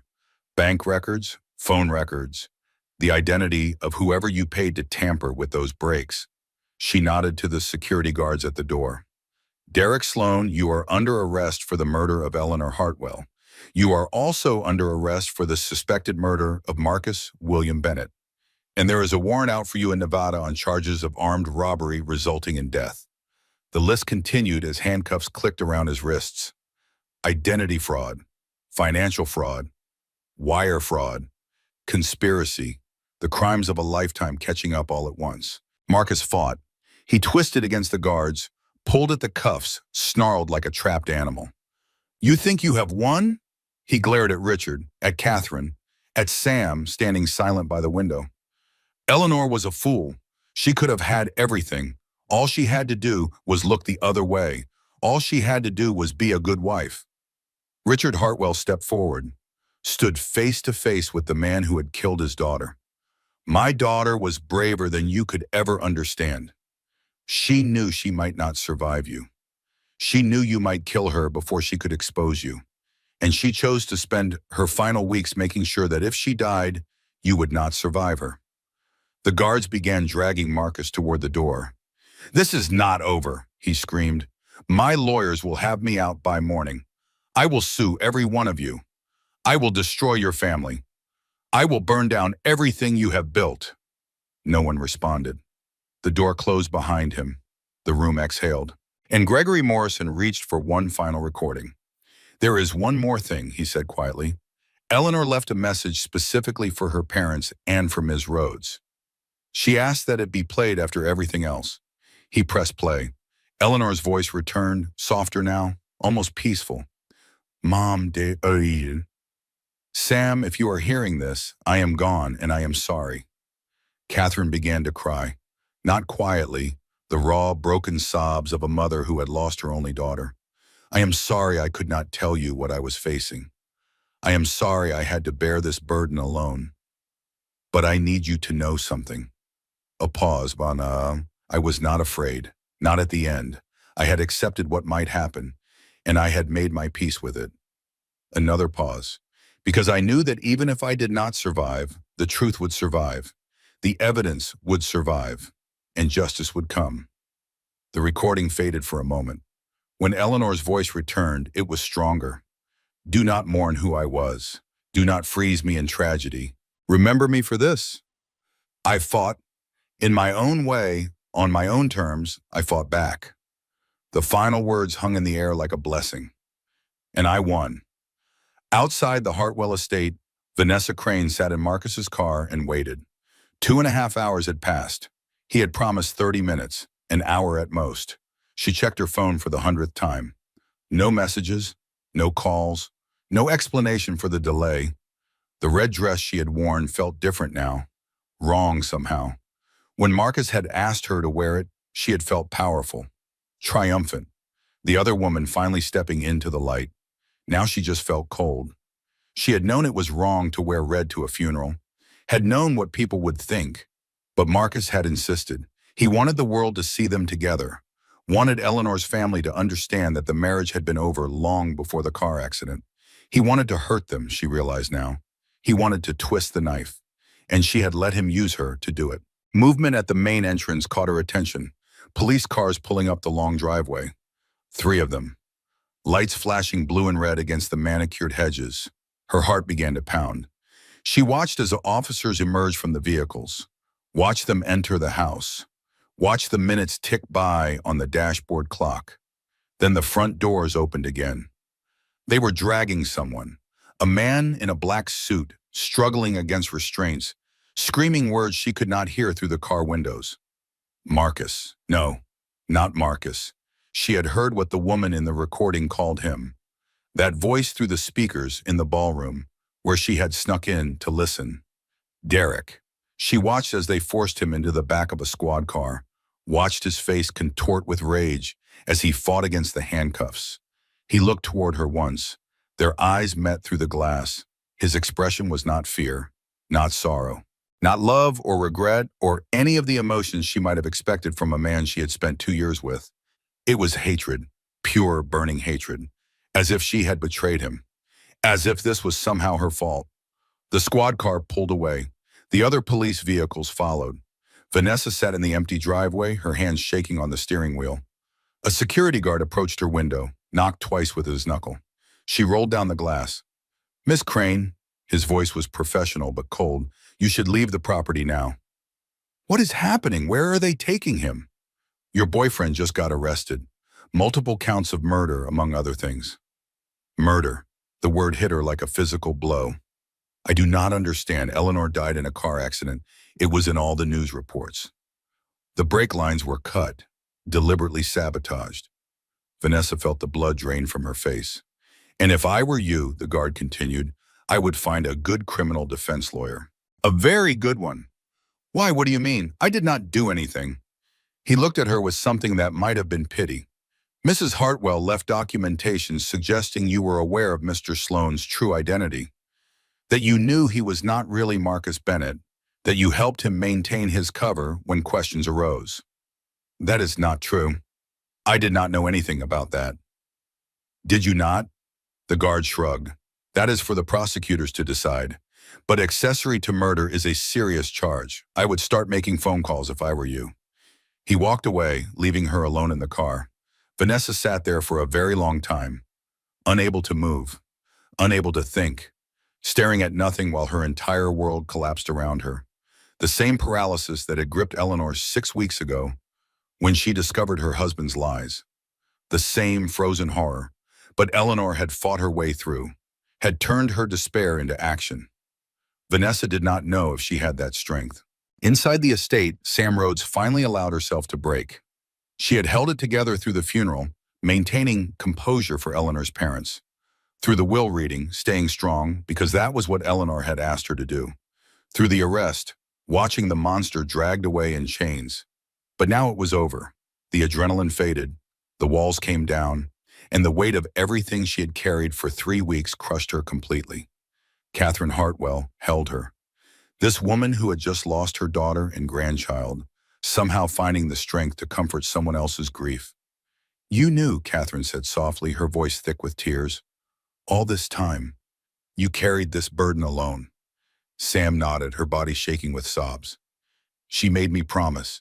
She said if anything happened to her, I had to stay quiet until the will was read. She had orchestrated everything perfectly. She did not want anyone interfering, anyone tipping him off before the trap was sprung. How long? How long did you know? 3 weeks. She told me everything 3 weeks before she died. The affair, the identity theft, the murder in the mountains. All of it. Catherine closed her eyes, imagining her daughter, 8 months pregnant, carrying that weight alone. Why did she not come to us? We could have helped. We could have protected her. She was afraid for you. She thought if you confronted Derek, if you tried to use Richard's resources against him, he would find out. And then she would be in danger. You would be in danger. Sam pulled back, wiping her eyes. She knew she was trapped. The prenup made sure she could not leave without losing everything. And she knew that if Derek suspected she was investigating him, he might act to silence her before she could expose him. So she prepared for her own death. Yes. Sam's voice broke. She spent her last 3 weeks making sure that even if she died, the truth would come out. The evidence would be delivered. Justice would be served. She reached into her purse, pulled out an envelope, worn and creased from being carried for weeks. She gave me this the day before she died, made me swear not to open it unless she was gone.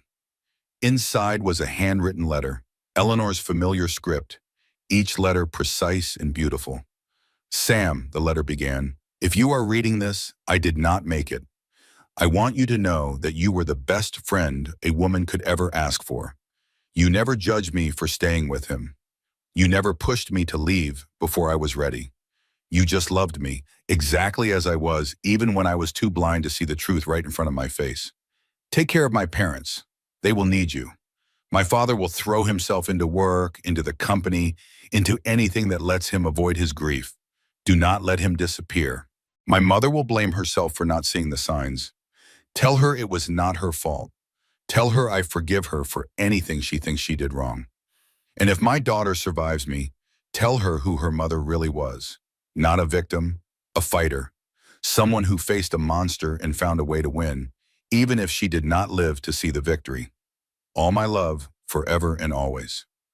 Ellie, Sam pressed the letter against her heart, crying and laughing at the same time. She planned everything, even her goodbye. The days that followed moved with relentless speed.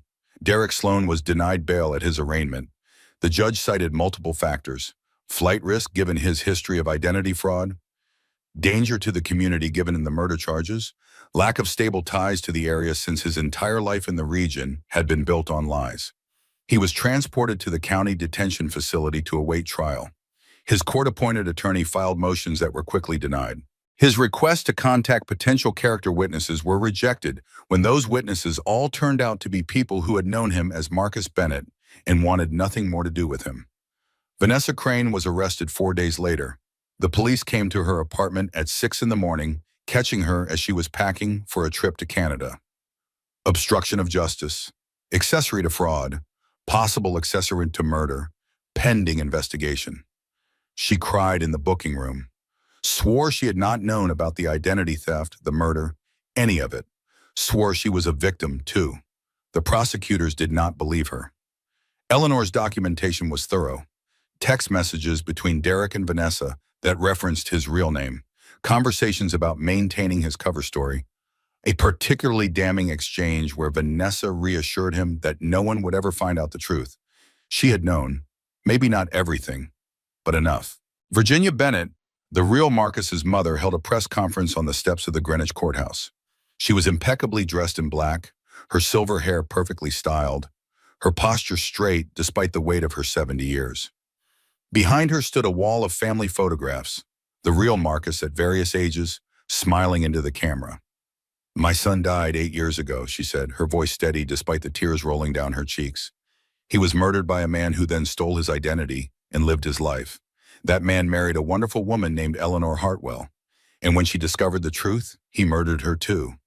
She held up a photograph of Eleanor, young, beautiful, full of life. "This woman was brave beyond measure. She contacted me when she discovered the deception. She asked for my help in proving the truth, and she died making sure that truth would come to light." Virginia's voice cracked for the first time. "My son Marcus was kind, generous, the best parts of his father and me combined. He deserved better than to have his name and legacy stolen by a monster."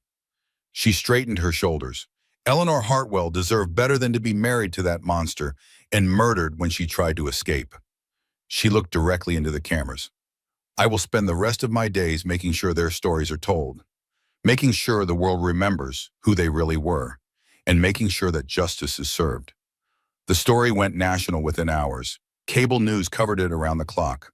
The man with two identities, the pregnant wife who investigated her own husband, the will reading that exposed a murderer.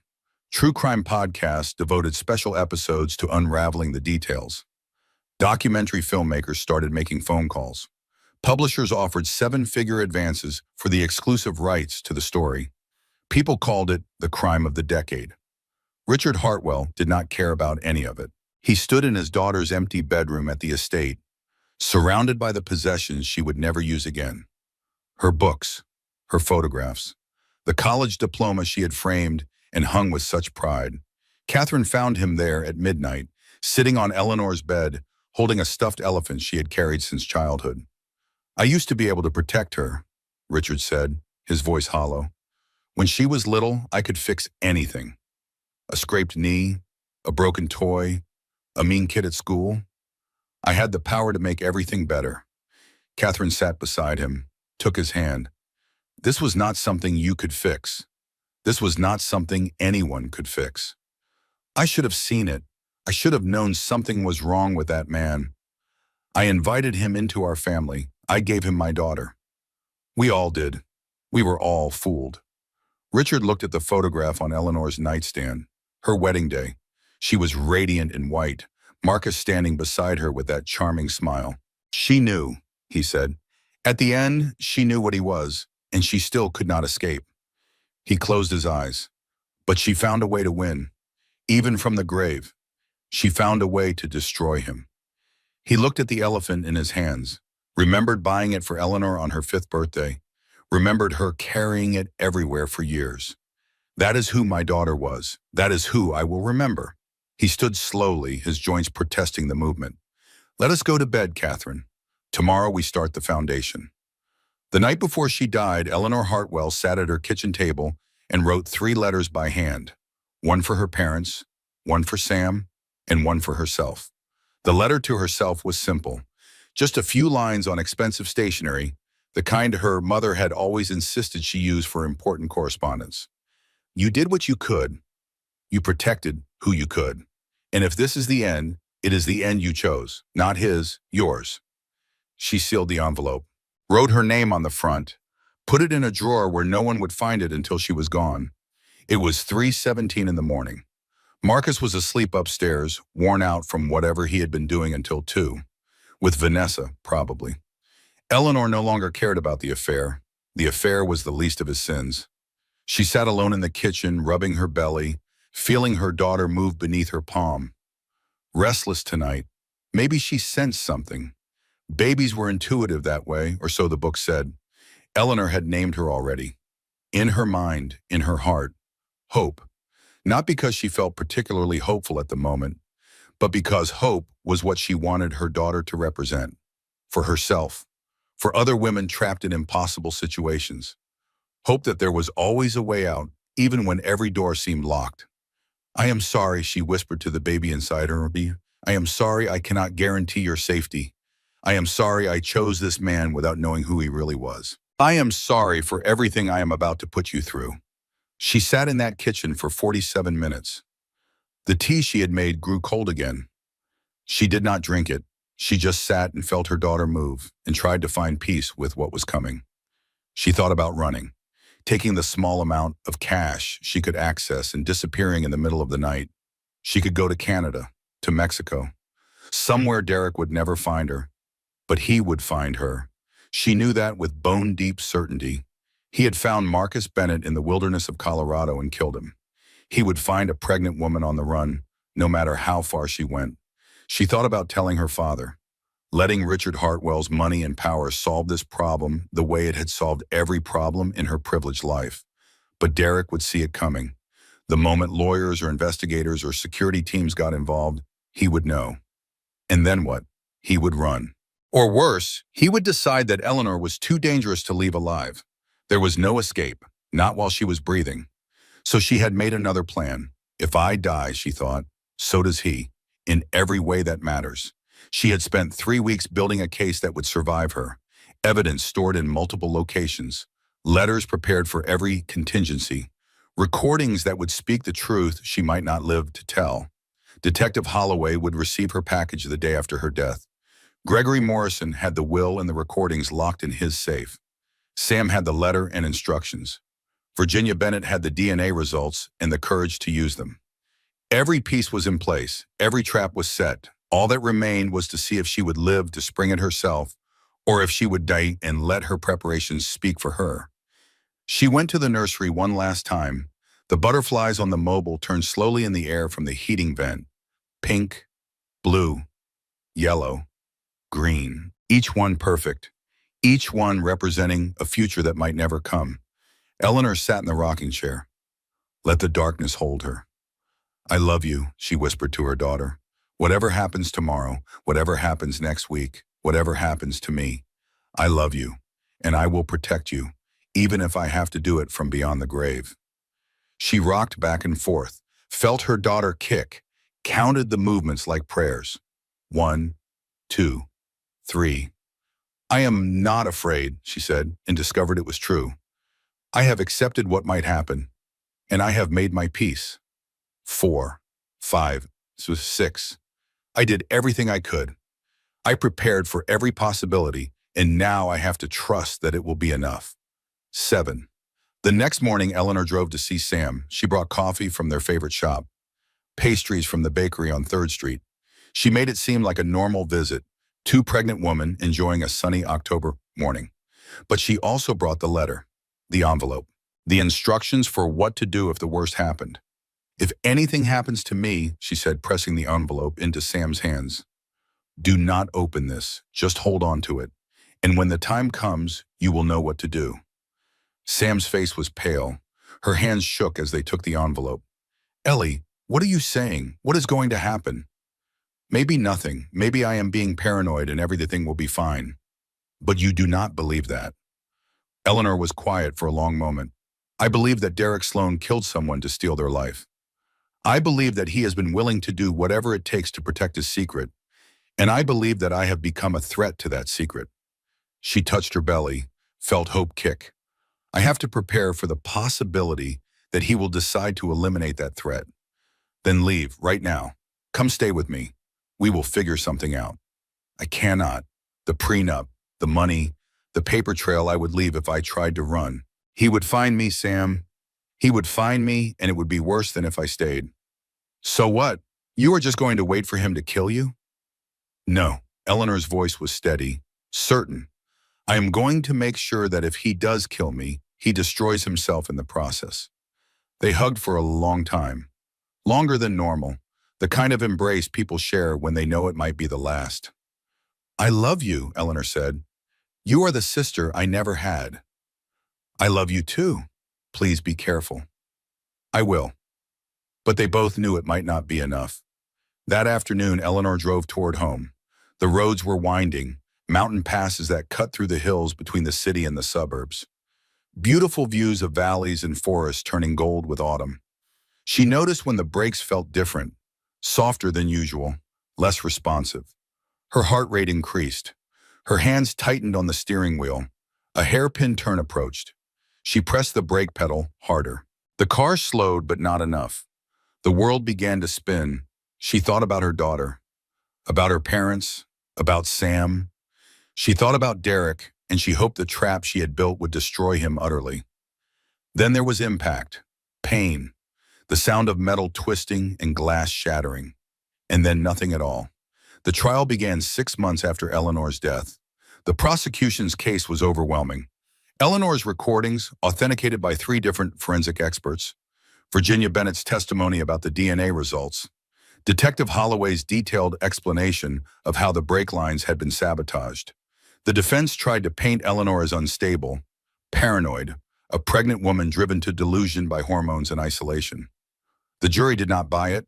They saw a woman who gathered evidence while knowing she might be killed for it, a woman who prepared for her own death with meticulous precision, a woman who faced a monster and refused to let him win.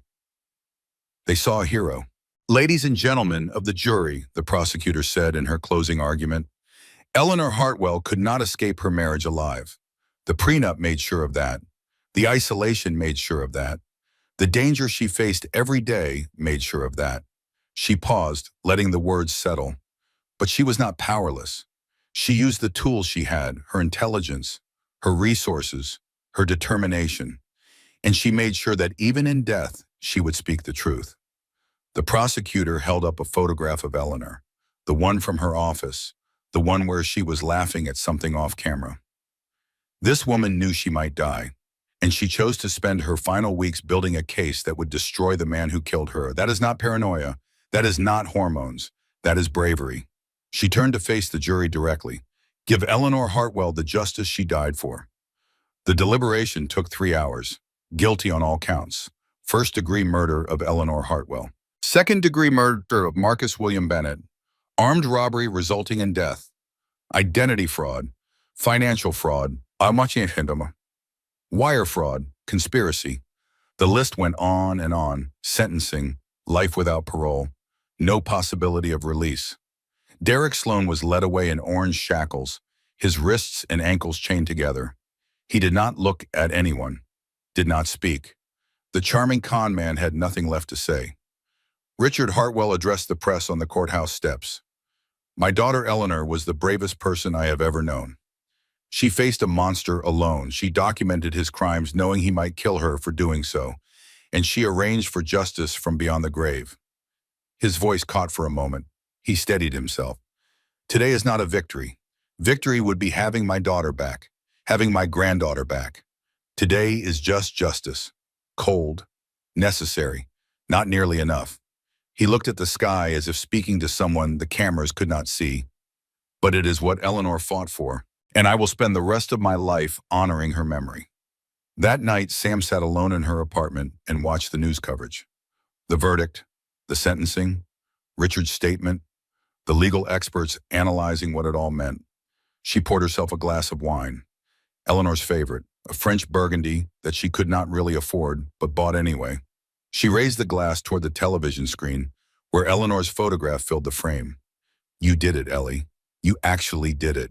He is going to spend the rest of his miserable life rotting in a cell because of what you built. She drank deeply.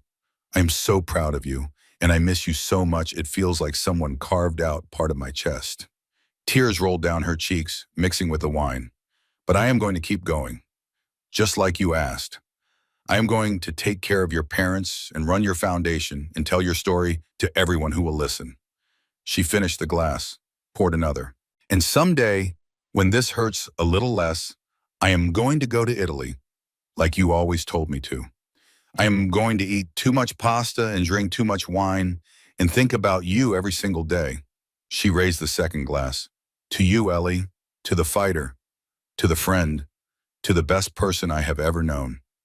She drank until the bottle was empty, and then she cried until she fell asleep. 4 months after the verdict, Vanessa Crane accepted a plea deal. The prosecution had offered her two choices: go to trial and risk 15 to 20 years in prison, or cooperate fully, testify against Derek in the Nevada robbery case, and receive a significantly reduced sentence. It was not really a choice at all. She sat in a small room at the district attorney's office, her lawyer beside her, and told them everything she knew.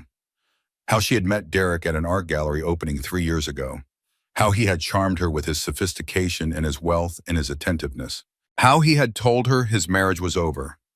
That Eleanor was cold and distant and withholding. That they were only staying together for appearances, for business reasons, for the family money. How she had believed him. Every word, every promise, every lie. When did you first learn he was not Marcus Bennett? The prosecutor asked. Vanessa stared at the table, at her hands folded in her lap, at anything except the faces of the people who would decide her fate. About 8 months ago, he got drunk one night, really drunk. Started talking about his childhood in Ohio, foster homes, group homes. I said I thought he grew up in Connecticut, and he laughed, said something about how that was Marcus's life, not his. Did you ask him what he meant? I tried, but he passed out before he could explain. The next morning, he did not remember any of it. When I brought it up, he said I must have misheard. But you did not believe that. No, I started paying attention, noticing things that did not quite add up, the way he sometimes forgot details about his supposed childhood, the way he changed the subject whenever his family came up. Vanessa finally looked at the prosecutor. But I did not want to believe the truth. I loved him. I thought he loved me. I thought we were going to have a life together. Her voice broke. I was an idiot. When did you know for certain? About 2 months before Eleanor died. I found the passport, the one with his real name, Derek Sloan. And you did not report it? No. Why not? Vanessa was quiet for a long moment. Because I was already in too deep. I had helped him maintain his cover. I had lied for him when his story did not add up. If I reported it, I would have had to explain my own involvement. She laughed bitterly. And because I still loved him, even knowing he was a fraud, even knowing our whole relationship was built on lies, I thought we could figure it out together. Did you know he was planning to kill Eleanor? Vanessa went pale. No, I swear to God, no. He said he was planning to divorce her. Wait until after the baby was born, establish paternity, then file.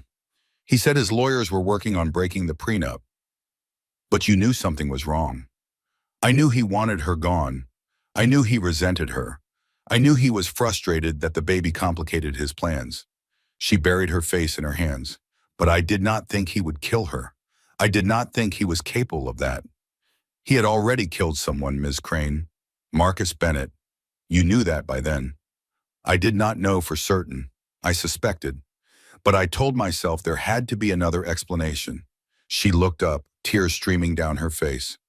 I lied to myself because the truth was too horrible to accept. And because of that, Eleanor Hartwell is dead. Vanessa received 3 years in minimum security prison. With good behavior, she would be eligible for parole in 18 months. It was not justice. Not really. Not for Eleanor, not for Marcus, not for anyone except the woman who had helped a murderer hide. But it was something. Sam visited her once. She did not know why she went. Curiosity, maybe. Anger. Some need to understand the woman who had stood beside Derek while Eleanor's life crumbled around her. Vanessa looked different in her orange jumpsuit. Smaller somehow. Older. The glamour that had made her so striking at the funeral had faded into something pale and diminished. Why did you come? Vanessa asked across the visitation table. Sam thought about it. Because Eleanor would have wanted to understand. She was always trying to figure out why people did the things they did. Even people who hurt her. Vanessa's eyes filled with tears. I loved him. I know that does not matter. I know that does not excuse anything. But I did. I really thought we were going to have a future together. He did not love anyone, Sam said quietly. He was not capable of it. You were just another mark to him. another tool to be used and discarded. I know that now. They sat in silence for a moment, the weight of everything that had happened pressing down on both of them. "I am sorry," Vanessa said finally. "I know it does not mean anything. I know it does not change what happened, but I am sorry for all of it." Sam stood to leave. Eleanor believed in second chances. She believed people could change, could grow, could become better than they were. "So maybe someday I will forgive you." She looked down at the woman in orange, but not today. She walked out without looking back. The Eleanor Hartwell Foundation launched 8 months after the trial ended. Richard donated the initial capital, $50 million from his personal accounts. Another $50 million in pledges from business associates who wanted to honor Eleanor's memory.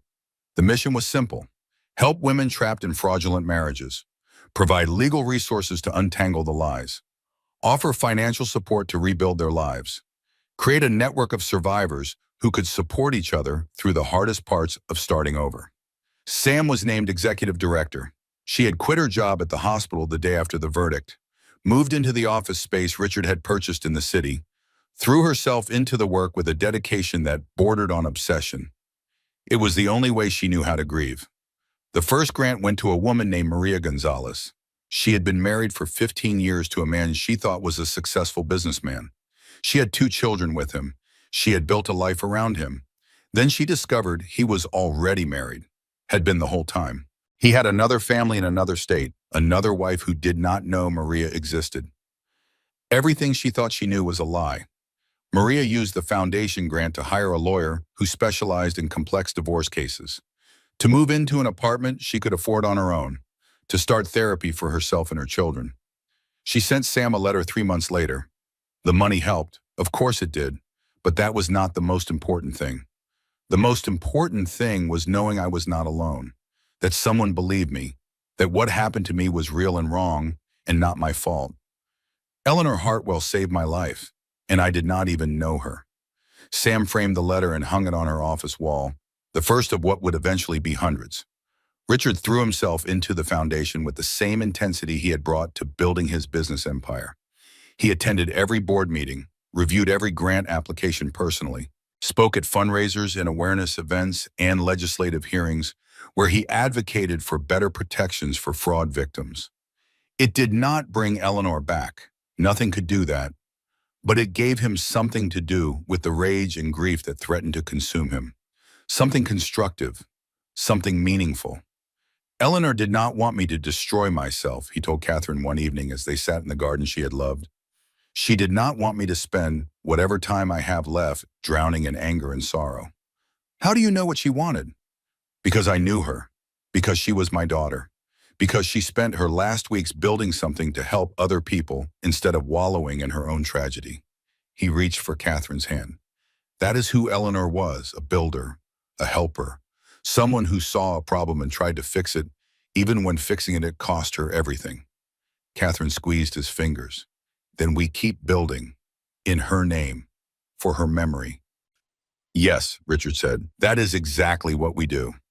1 year after Eleanor Hartwell died, the foundation had awarded 212 grants. 212 women who had discovered their marriages were built on fraud.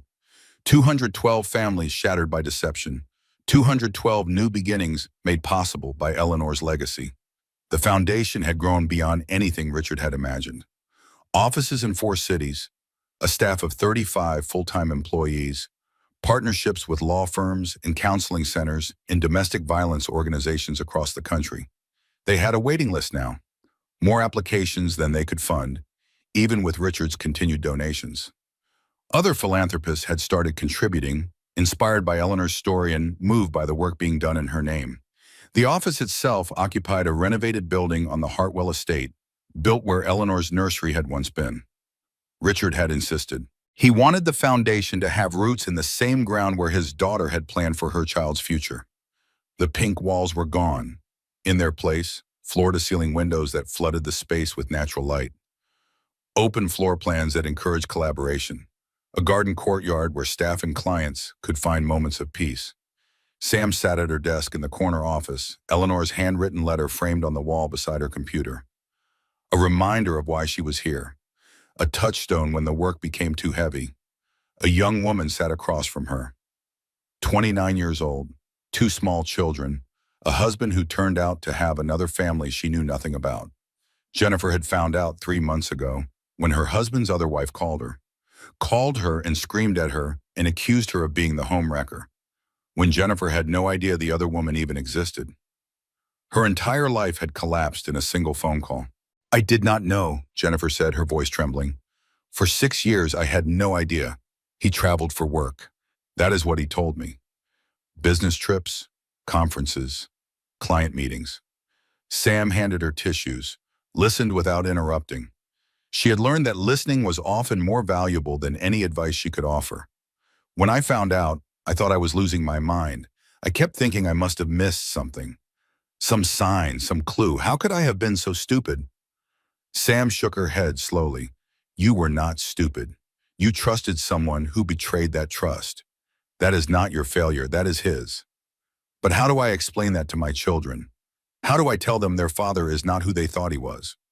We have counselors who specialize in exactly that. People who can help you find the right words. Help your kids process what is happening in ways that are appropriate for their ages. Sam pushed a folder across the desk. This is your grant approval. $30,000. Enough for an apartment, a lawyer, and 6 months of therapy for you and your children. Jennifer stared at the folder like it was made of gold. I do not know how to thank you. I do not know how to possibly thank you for this. You thank me by getting through this, by rebuilding your life, by being the mother your children need. Sam leaned forward, and someday, when you are ready, when you are strong again, you help someone else. Pay it forward. That is how this works. That is what Eleanor wanted. Jennifer left an hour later, clutching the folder to her chest, looking lighter than when she arrived.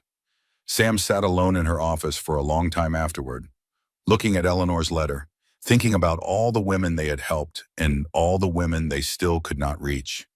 You are still saving people, Ellie, she said to the empty room. Every single day, even now. Richard Hartwell spent his mornings in the memorial garden. He had built it himself mostly, hired landscapers for the heavy work, but did the planting with his own hands. Roses that Eleanor had loved. Milkweed for the monarch butterflies she had always watched for in autumn. A small fountain that bubbled quietly in the center. The sound of water masking the distant noise of the city. He came here every day. Rain or shine, summer heat or winter cold. Sometimes he talked to Eleanor, told her about the foundation, about the women they had helped, about the difference her planning had made. Sometimes he just sat and let the grief wash over him. Today, Catherine joined him. She moved slowly these days. The past year had aged her terribly, but she still had the strength to walk to the garden, to sit beside her husband, to share his sorrow. The landscaper asked if you wanted to add more roses, she said. The yellow ones Eleanor liked. I will think about it. They sat in comfortable silence, watching a butterfly drift between the flowers. I feel her here, Catherine said softly. Is that strange? I feel like she is close when I am in this garden. I feel it too. Do you think that means something, or is it just us wanting it to be true? Richard watched the butterfly land on a milkweed leaf, watched it fold and unfold its wings. I think Eleanor would say it does not matter. If we feel her presence, if that brings us comfort, then it is real enough. Catherine reached for his hand. I miss her so much, every day. I think about what she would be doing now. The baby would be almost a year old. She would be exhausted and happy and complaining about sleep deprivation. She would be an amazing mother. She was already an amazing mother. She protected that child with everything she had, even when it cost her everything. Richard squeezed his wife's fingers. That is the Hartwell stubbornness. She got it from both of us. They sat together as the sun moved across the sky. The butterflies came and went. The fountain sang its quiet song. I am going to start writing a journal, Richard said eventually, about Eleanor, about who she was, about what she did, so it does not get lost, so people understand she was more than just the victim in a true crime story. That is a good idea. I want people to know she was funny, that she burned pancakes every single time and laughed about it. that she cried at commercials, that she loved terrible reality television shows she was embarrassed to admit watching. She was human, Catherine said, a real, complicated, wonderful human being. Exactly. That is what I want to capture. Not a saint, not a symbol, a person, my daughter. That evening, Richard sat at his desk and opened a new journal. He stared at the blank page for a long time, trying to find the right words to begin. Finally, he wrote, "My daughter Eleanor was not a hero. At least, she would not have wanted to be called one. She would have rolled her eyes at the very idea, told me I was being dramatic, changed the subject to something ridiculous to make me laugh. But she was brave, braver than anyone I have ever known. When she discovered she was married to a murderer, she did not fall apart. She did not surrender. She did not let the fear paralyze her. She planned. She prepared. She made sure that even if she died, the truth would survive her. That is not heroism in the storybook sense. There were no crowds cheering, no dramatic speeches, just a pregnant woman alone in her house, gathering evidence, preparing for the worst while hoping for the best. But it is the kind of heroism that matters, the quiet kind, the real kind. Eleanor taught me that justice is not about what you get. It is about what you stop, what you prevent, who you protect. She died protecting people she would never meet. Women who would see her story and know they were not alone, not crazy, not trapped forever. That is her legacy. That is what she left behind. Not revenge, rescue. Not anger, action. Not a victim, a guardian. That is who Eleanor Hartwell was. And that is who I will spend the rest of my life remembering. The anniversary of Eleanor's death fell on a cloudy Tuesday in October. Gray skies hung low over the city. A soft rain fell intermittently, the kind that could not decide whether to commit to a storm or retreat into mist. The air smelled of wet leaves and coming winter. Sam drove to the cemetery alone. She had insisted to Richard and Catherine that she needed this time by herself, this ritual of remembrance that she was not ready to share. Eleanor's grave was on a hillside overlooking a small pond. The family had chosen the spot carefully, knowing Eleanor would have wanted a view. Something beautiful to look at for eternity. The headstone was simple gray granite, Eleanor's name, the dates that bounded her too short life. And beneath them, the words she had asked to have inscribed. She fought, she won. The grave was already covered in flowers when Sam arrived. The family had been here earlier. Richard and Catherine, Jonathan and his wife. They had left roses and lilies and a small plush butterfly for the baby who never got to live. Sam added her contribution. Yellow daisies, Eleanor's favorite. She had always said they looked like little suns. She sat on the wet grass beside the headstone, not caring that the moisture soaked through her pants. "Hey, Ellie," she said. "It has been a year." The rain dripped from the trees. The pond rippled in the wind. They caught Vanessa trying to run to Canada. Did I tell you that? Probably not. It was while you were, dead. She laughed at her own dark humor. Eleanor would have appreciated it. She is in prison now, minimum security, 3 years for being an accessory to fraud. She will probably be out in 18 months. Sam pulled at a blade of grass. I visited her once. I do not really know why. Curiosity, I guess. I wanted to see what someone looks like after they help destroy a person's life. She was quiet for a moment. She looked ordinary. That was the worst part. Just an ordinary woman who made terrible choices. Not a monster, not obviously evil. Just someone who wanted to believe lies because the truth was too hard. She looked at Eleanor's name carved in stone. I think about that sometimes. How easy it is to be complicit. How easy it is to look away from things you do not want to see. She pulled out an envelope from her jacket pocket. The paper was worn from being carried for months, waiting for this day. You asked me to read this today, 1 year after, so here I am. She opened it carefully, handling the letter like the precious artifact it was. Eleanor's handwriting filled the page, looping and elegant, the cursive she had learned from her grandmother. Sam, the letter began, if you are reading this, it has been a year, 365 days since I was with you. Since I laughed at your terrible jokes. Since I complained about your taste in men. Since I was alive. I hope the hardest part is over. I hope you have found moments of joy again. I hope you have forgiven me for leaving you with all of this. I want you to know something. That night, the last night when I knew what was coming, I was not sad. I was strangely calm because I knew the plan was in place. The evidence was gathered. The recordings were made. The truth would come out. And I knew you would be there to make sure it happened, to keep my parents going, to run the foundation I dreamed about, to tell my story. You always were my backbone, Sam. The one who believed me when no one else did. The one who helped me fight when I thought I could not fight anymore.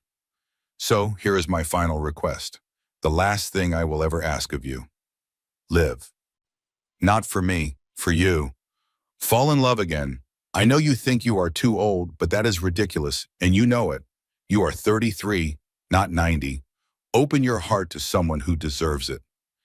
Take that trip to Italy you always talked about, the one you kept putting off because of work, because of money, because of all the excuses we make when we are afraid to really live.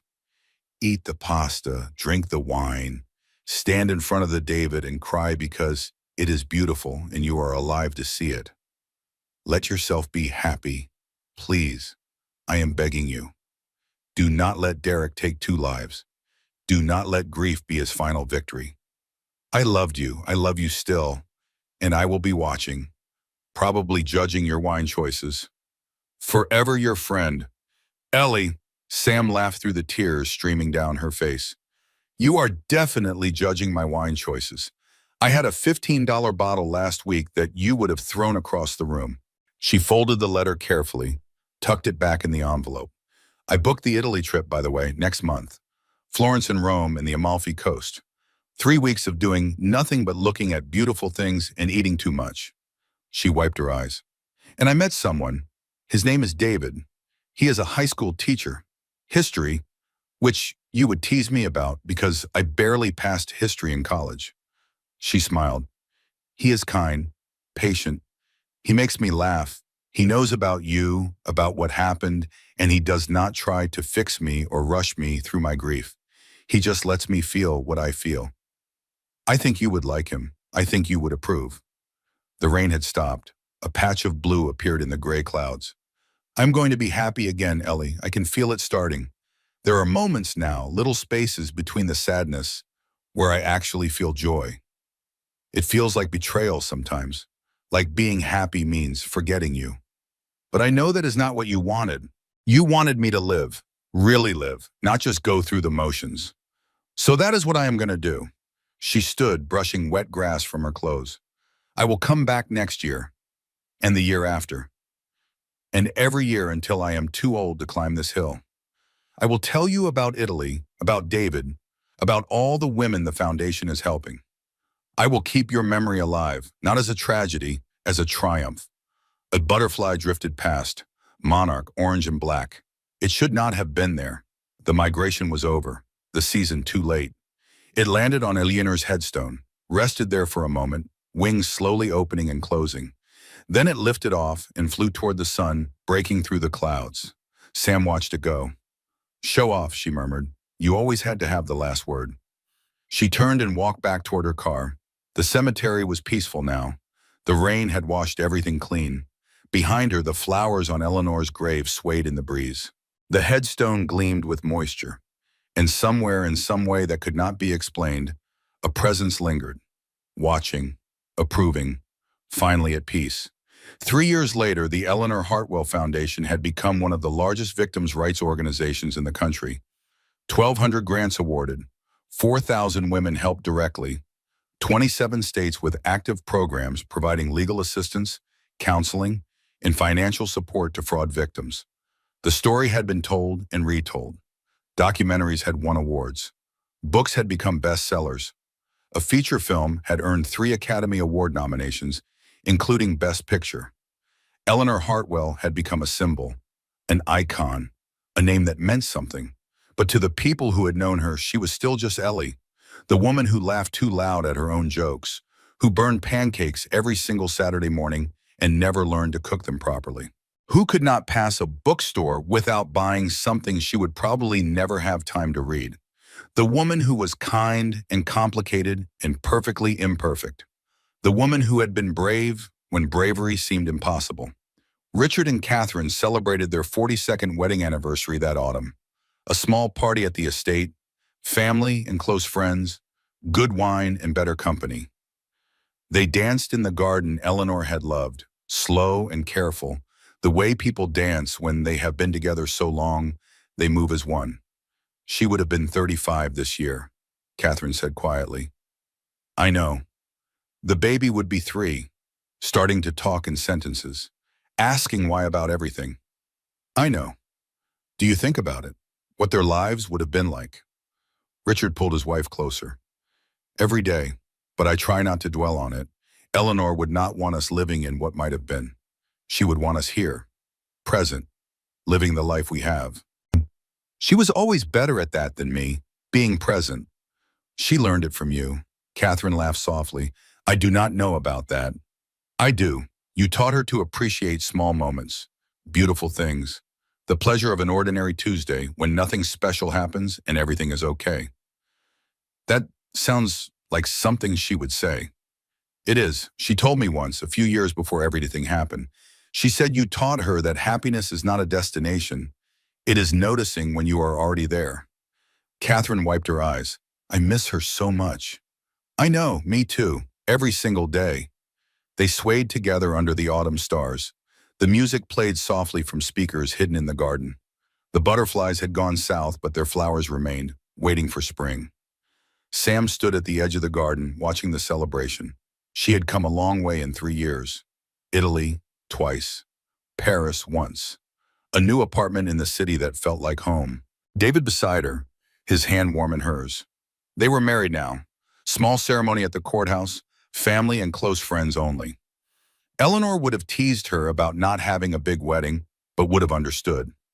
Some things did not need an audience. The foundation was in excellent hands. Sam had stepped back from daily operations, letting the team she had built carry the mission forward.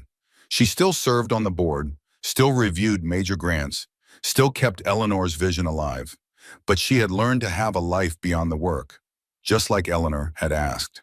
She was writing a book, Eleanor's story, the true version, the one that captured who she really was, not just the facts of what happened to her. The publisher wanted to call it The Will. Sam was holding out for something simpler. Ellie, just her name, just the woman behind the legend. That night after the anniversary party ended and the guests went home, Sam walked through the memorial garden alone. The moon was full. The flowers glowed silver in its light. The fountain sang its endless song. She stopped at the small plaque Richard had installed 3 years ago. Just Eleanor's name and the butterfly insignia of the foundation. Hey you, Sam said softly. It is late. I should probably be in bed. The wind rustled the leaves. I finished the book draft. Finally, after 3 years of writing and rewriting and crying into my keyboard. She sat on the bench beside the plaque. It is good, I think. It is honest. You come across as a real person, not a saint. The parts where you were scared and uncertain and human. She looked up at the stars. David read it. He cried. He said he felt like he knew you now, even though you never met. A pause, but I wish you could have met him. I wish you could come to dinner and interrogate him and tell me all the things I am too close to see. But I know you approve. I can feel it. She pulled Eleanor's last letter from her pocket. The paper was almost falling apart now, worn soft from years of being read and reread. I am happy, Ellie. Really, truly happy. The kind of happy you hoped I would find. It took a long time. There were years when I thought I would never feel this way again, when the grief was so heavy I could barely breathe. But I kept going, just like you asked. I lived. I fell in love. I ate the pasta and drank the wine and stood in front of the David and cried. She smiled at the memory. It was beautiful. You were right. You are always right. The wind picked up. The flowers swayed. I will never forget you. Never. You are part of me now, part of everything I am and everything I do. A single butterfly appeared. Monarch. Impossibly late in the season. It should not have been there at all. It landed on Sam's shoulder, rested there for a moment, wings slowly moving. Then it flew away, toward the moon, toward the stars, toward whatever waited beyond. Sam watched it disappear into the darkness. "Show off," she whispered. She stood and walked back toward the house where David waited, where her life waited, where the future Eleanor had wanted for her was unfolding, day by ordinary day. Behind her, the garden settled into silence. The fountain sang, the flowers dreamed of spring, and the memory of Eleanor Hartwell lived on. In the foundation that bore her name, in the lives that had been changed by her sacrifice, in the hearts of everyone who had loved her. Not a victim, never a victim, a fighter, a guardian, a woman who won. The prison door had been unlocked all along. She had just been the first one brave enough to push it open. And now, 3 years later, thousands of women had followed her through. That was her legacy. That was her gift. Not death, not tragedy, not even justice, freedom. The story ends here, but it does not really end. Because somewhere out there, right now, a woman is discovering the truth about her marriage.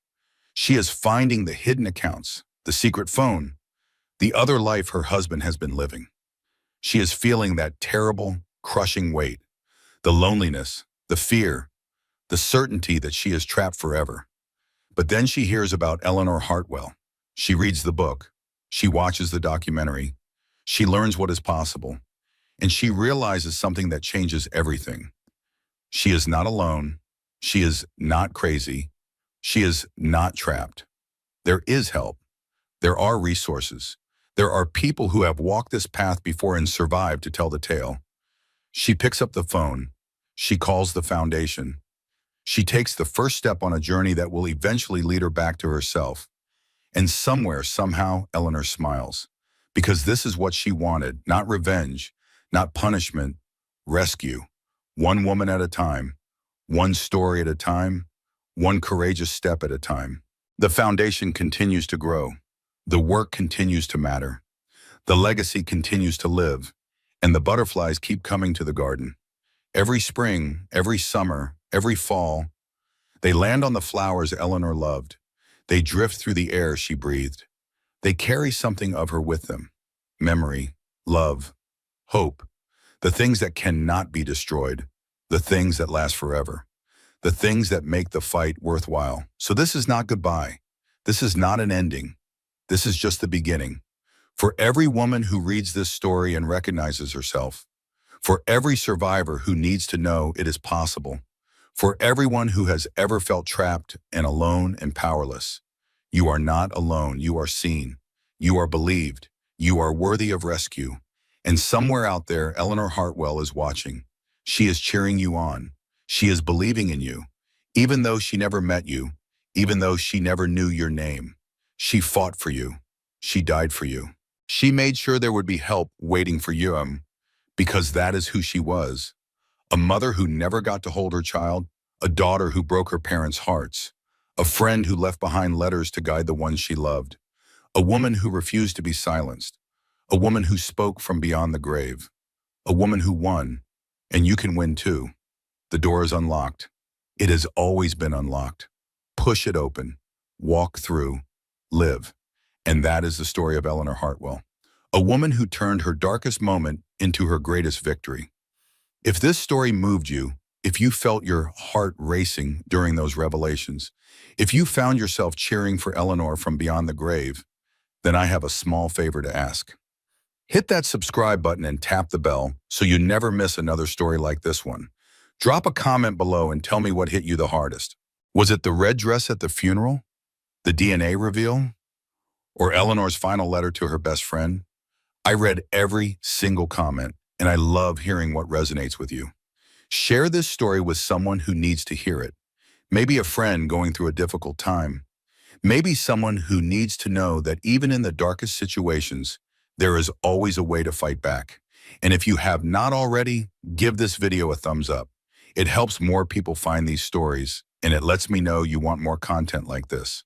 Thank you for staying with me until the end. Your support means everything. Until next time, remember this: the truth always finds its way into the light.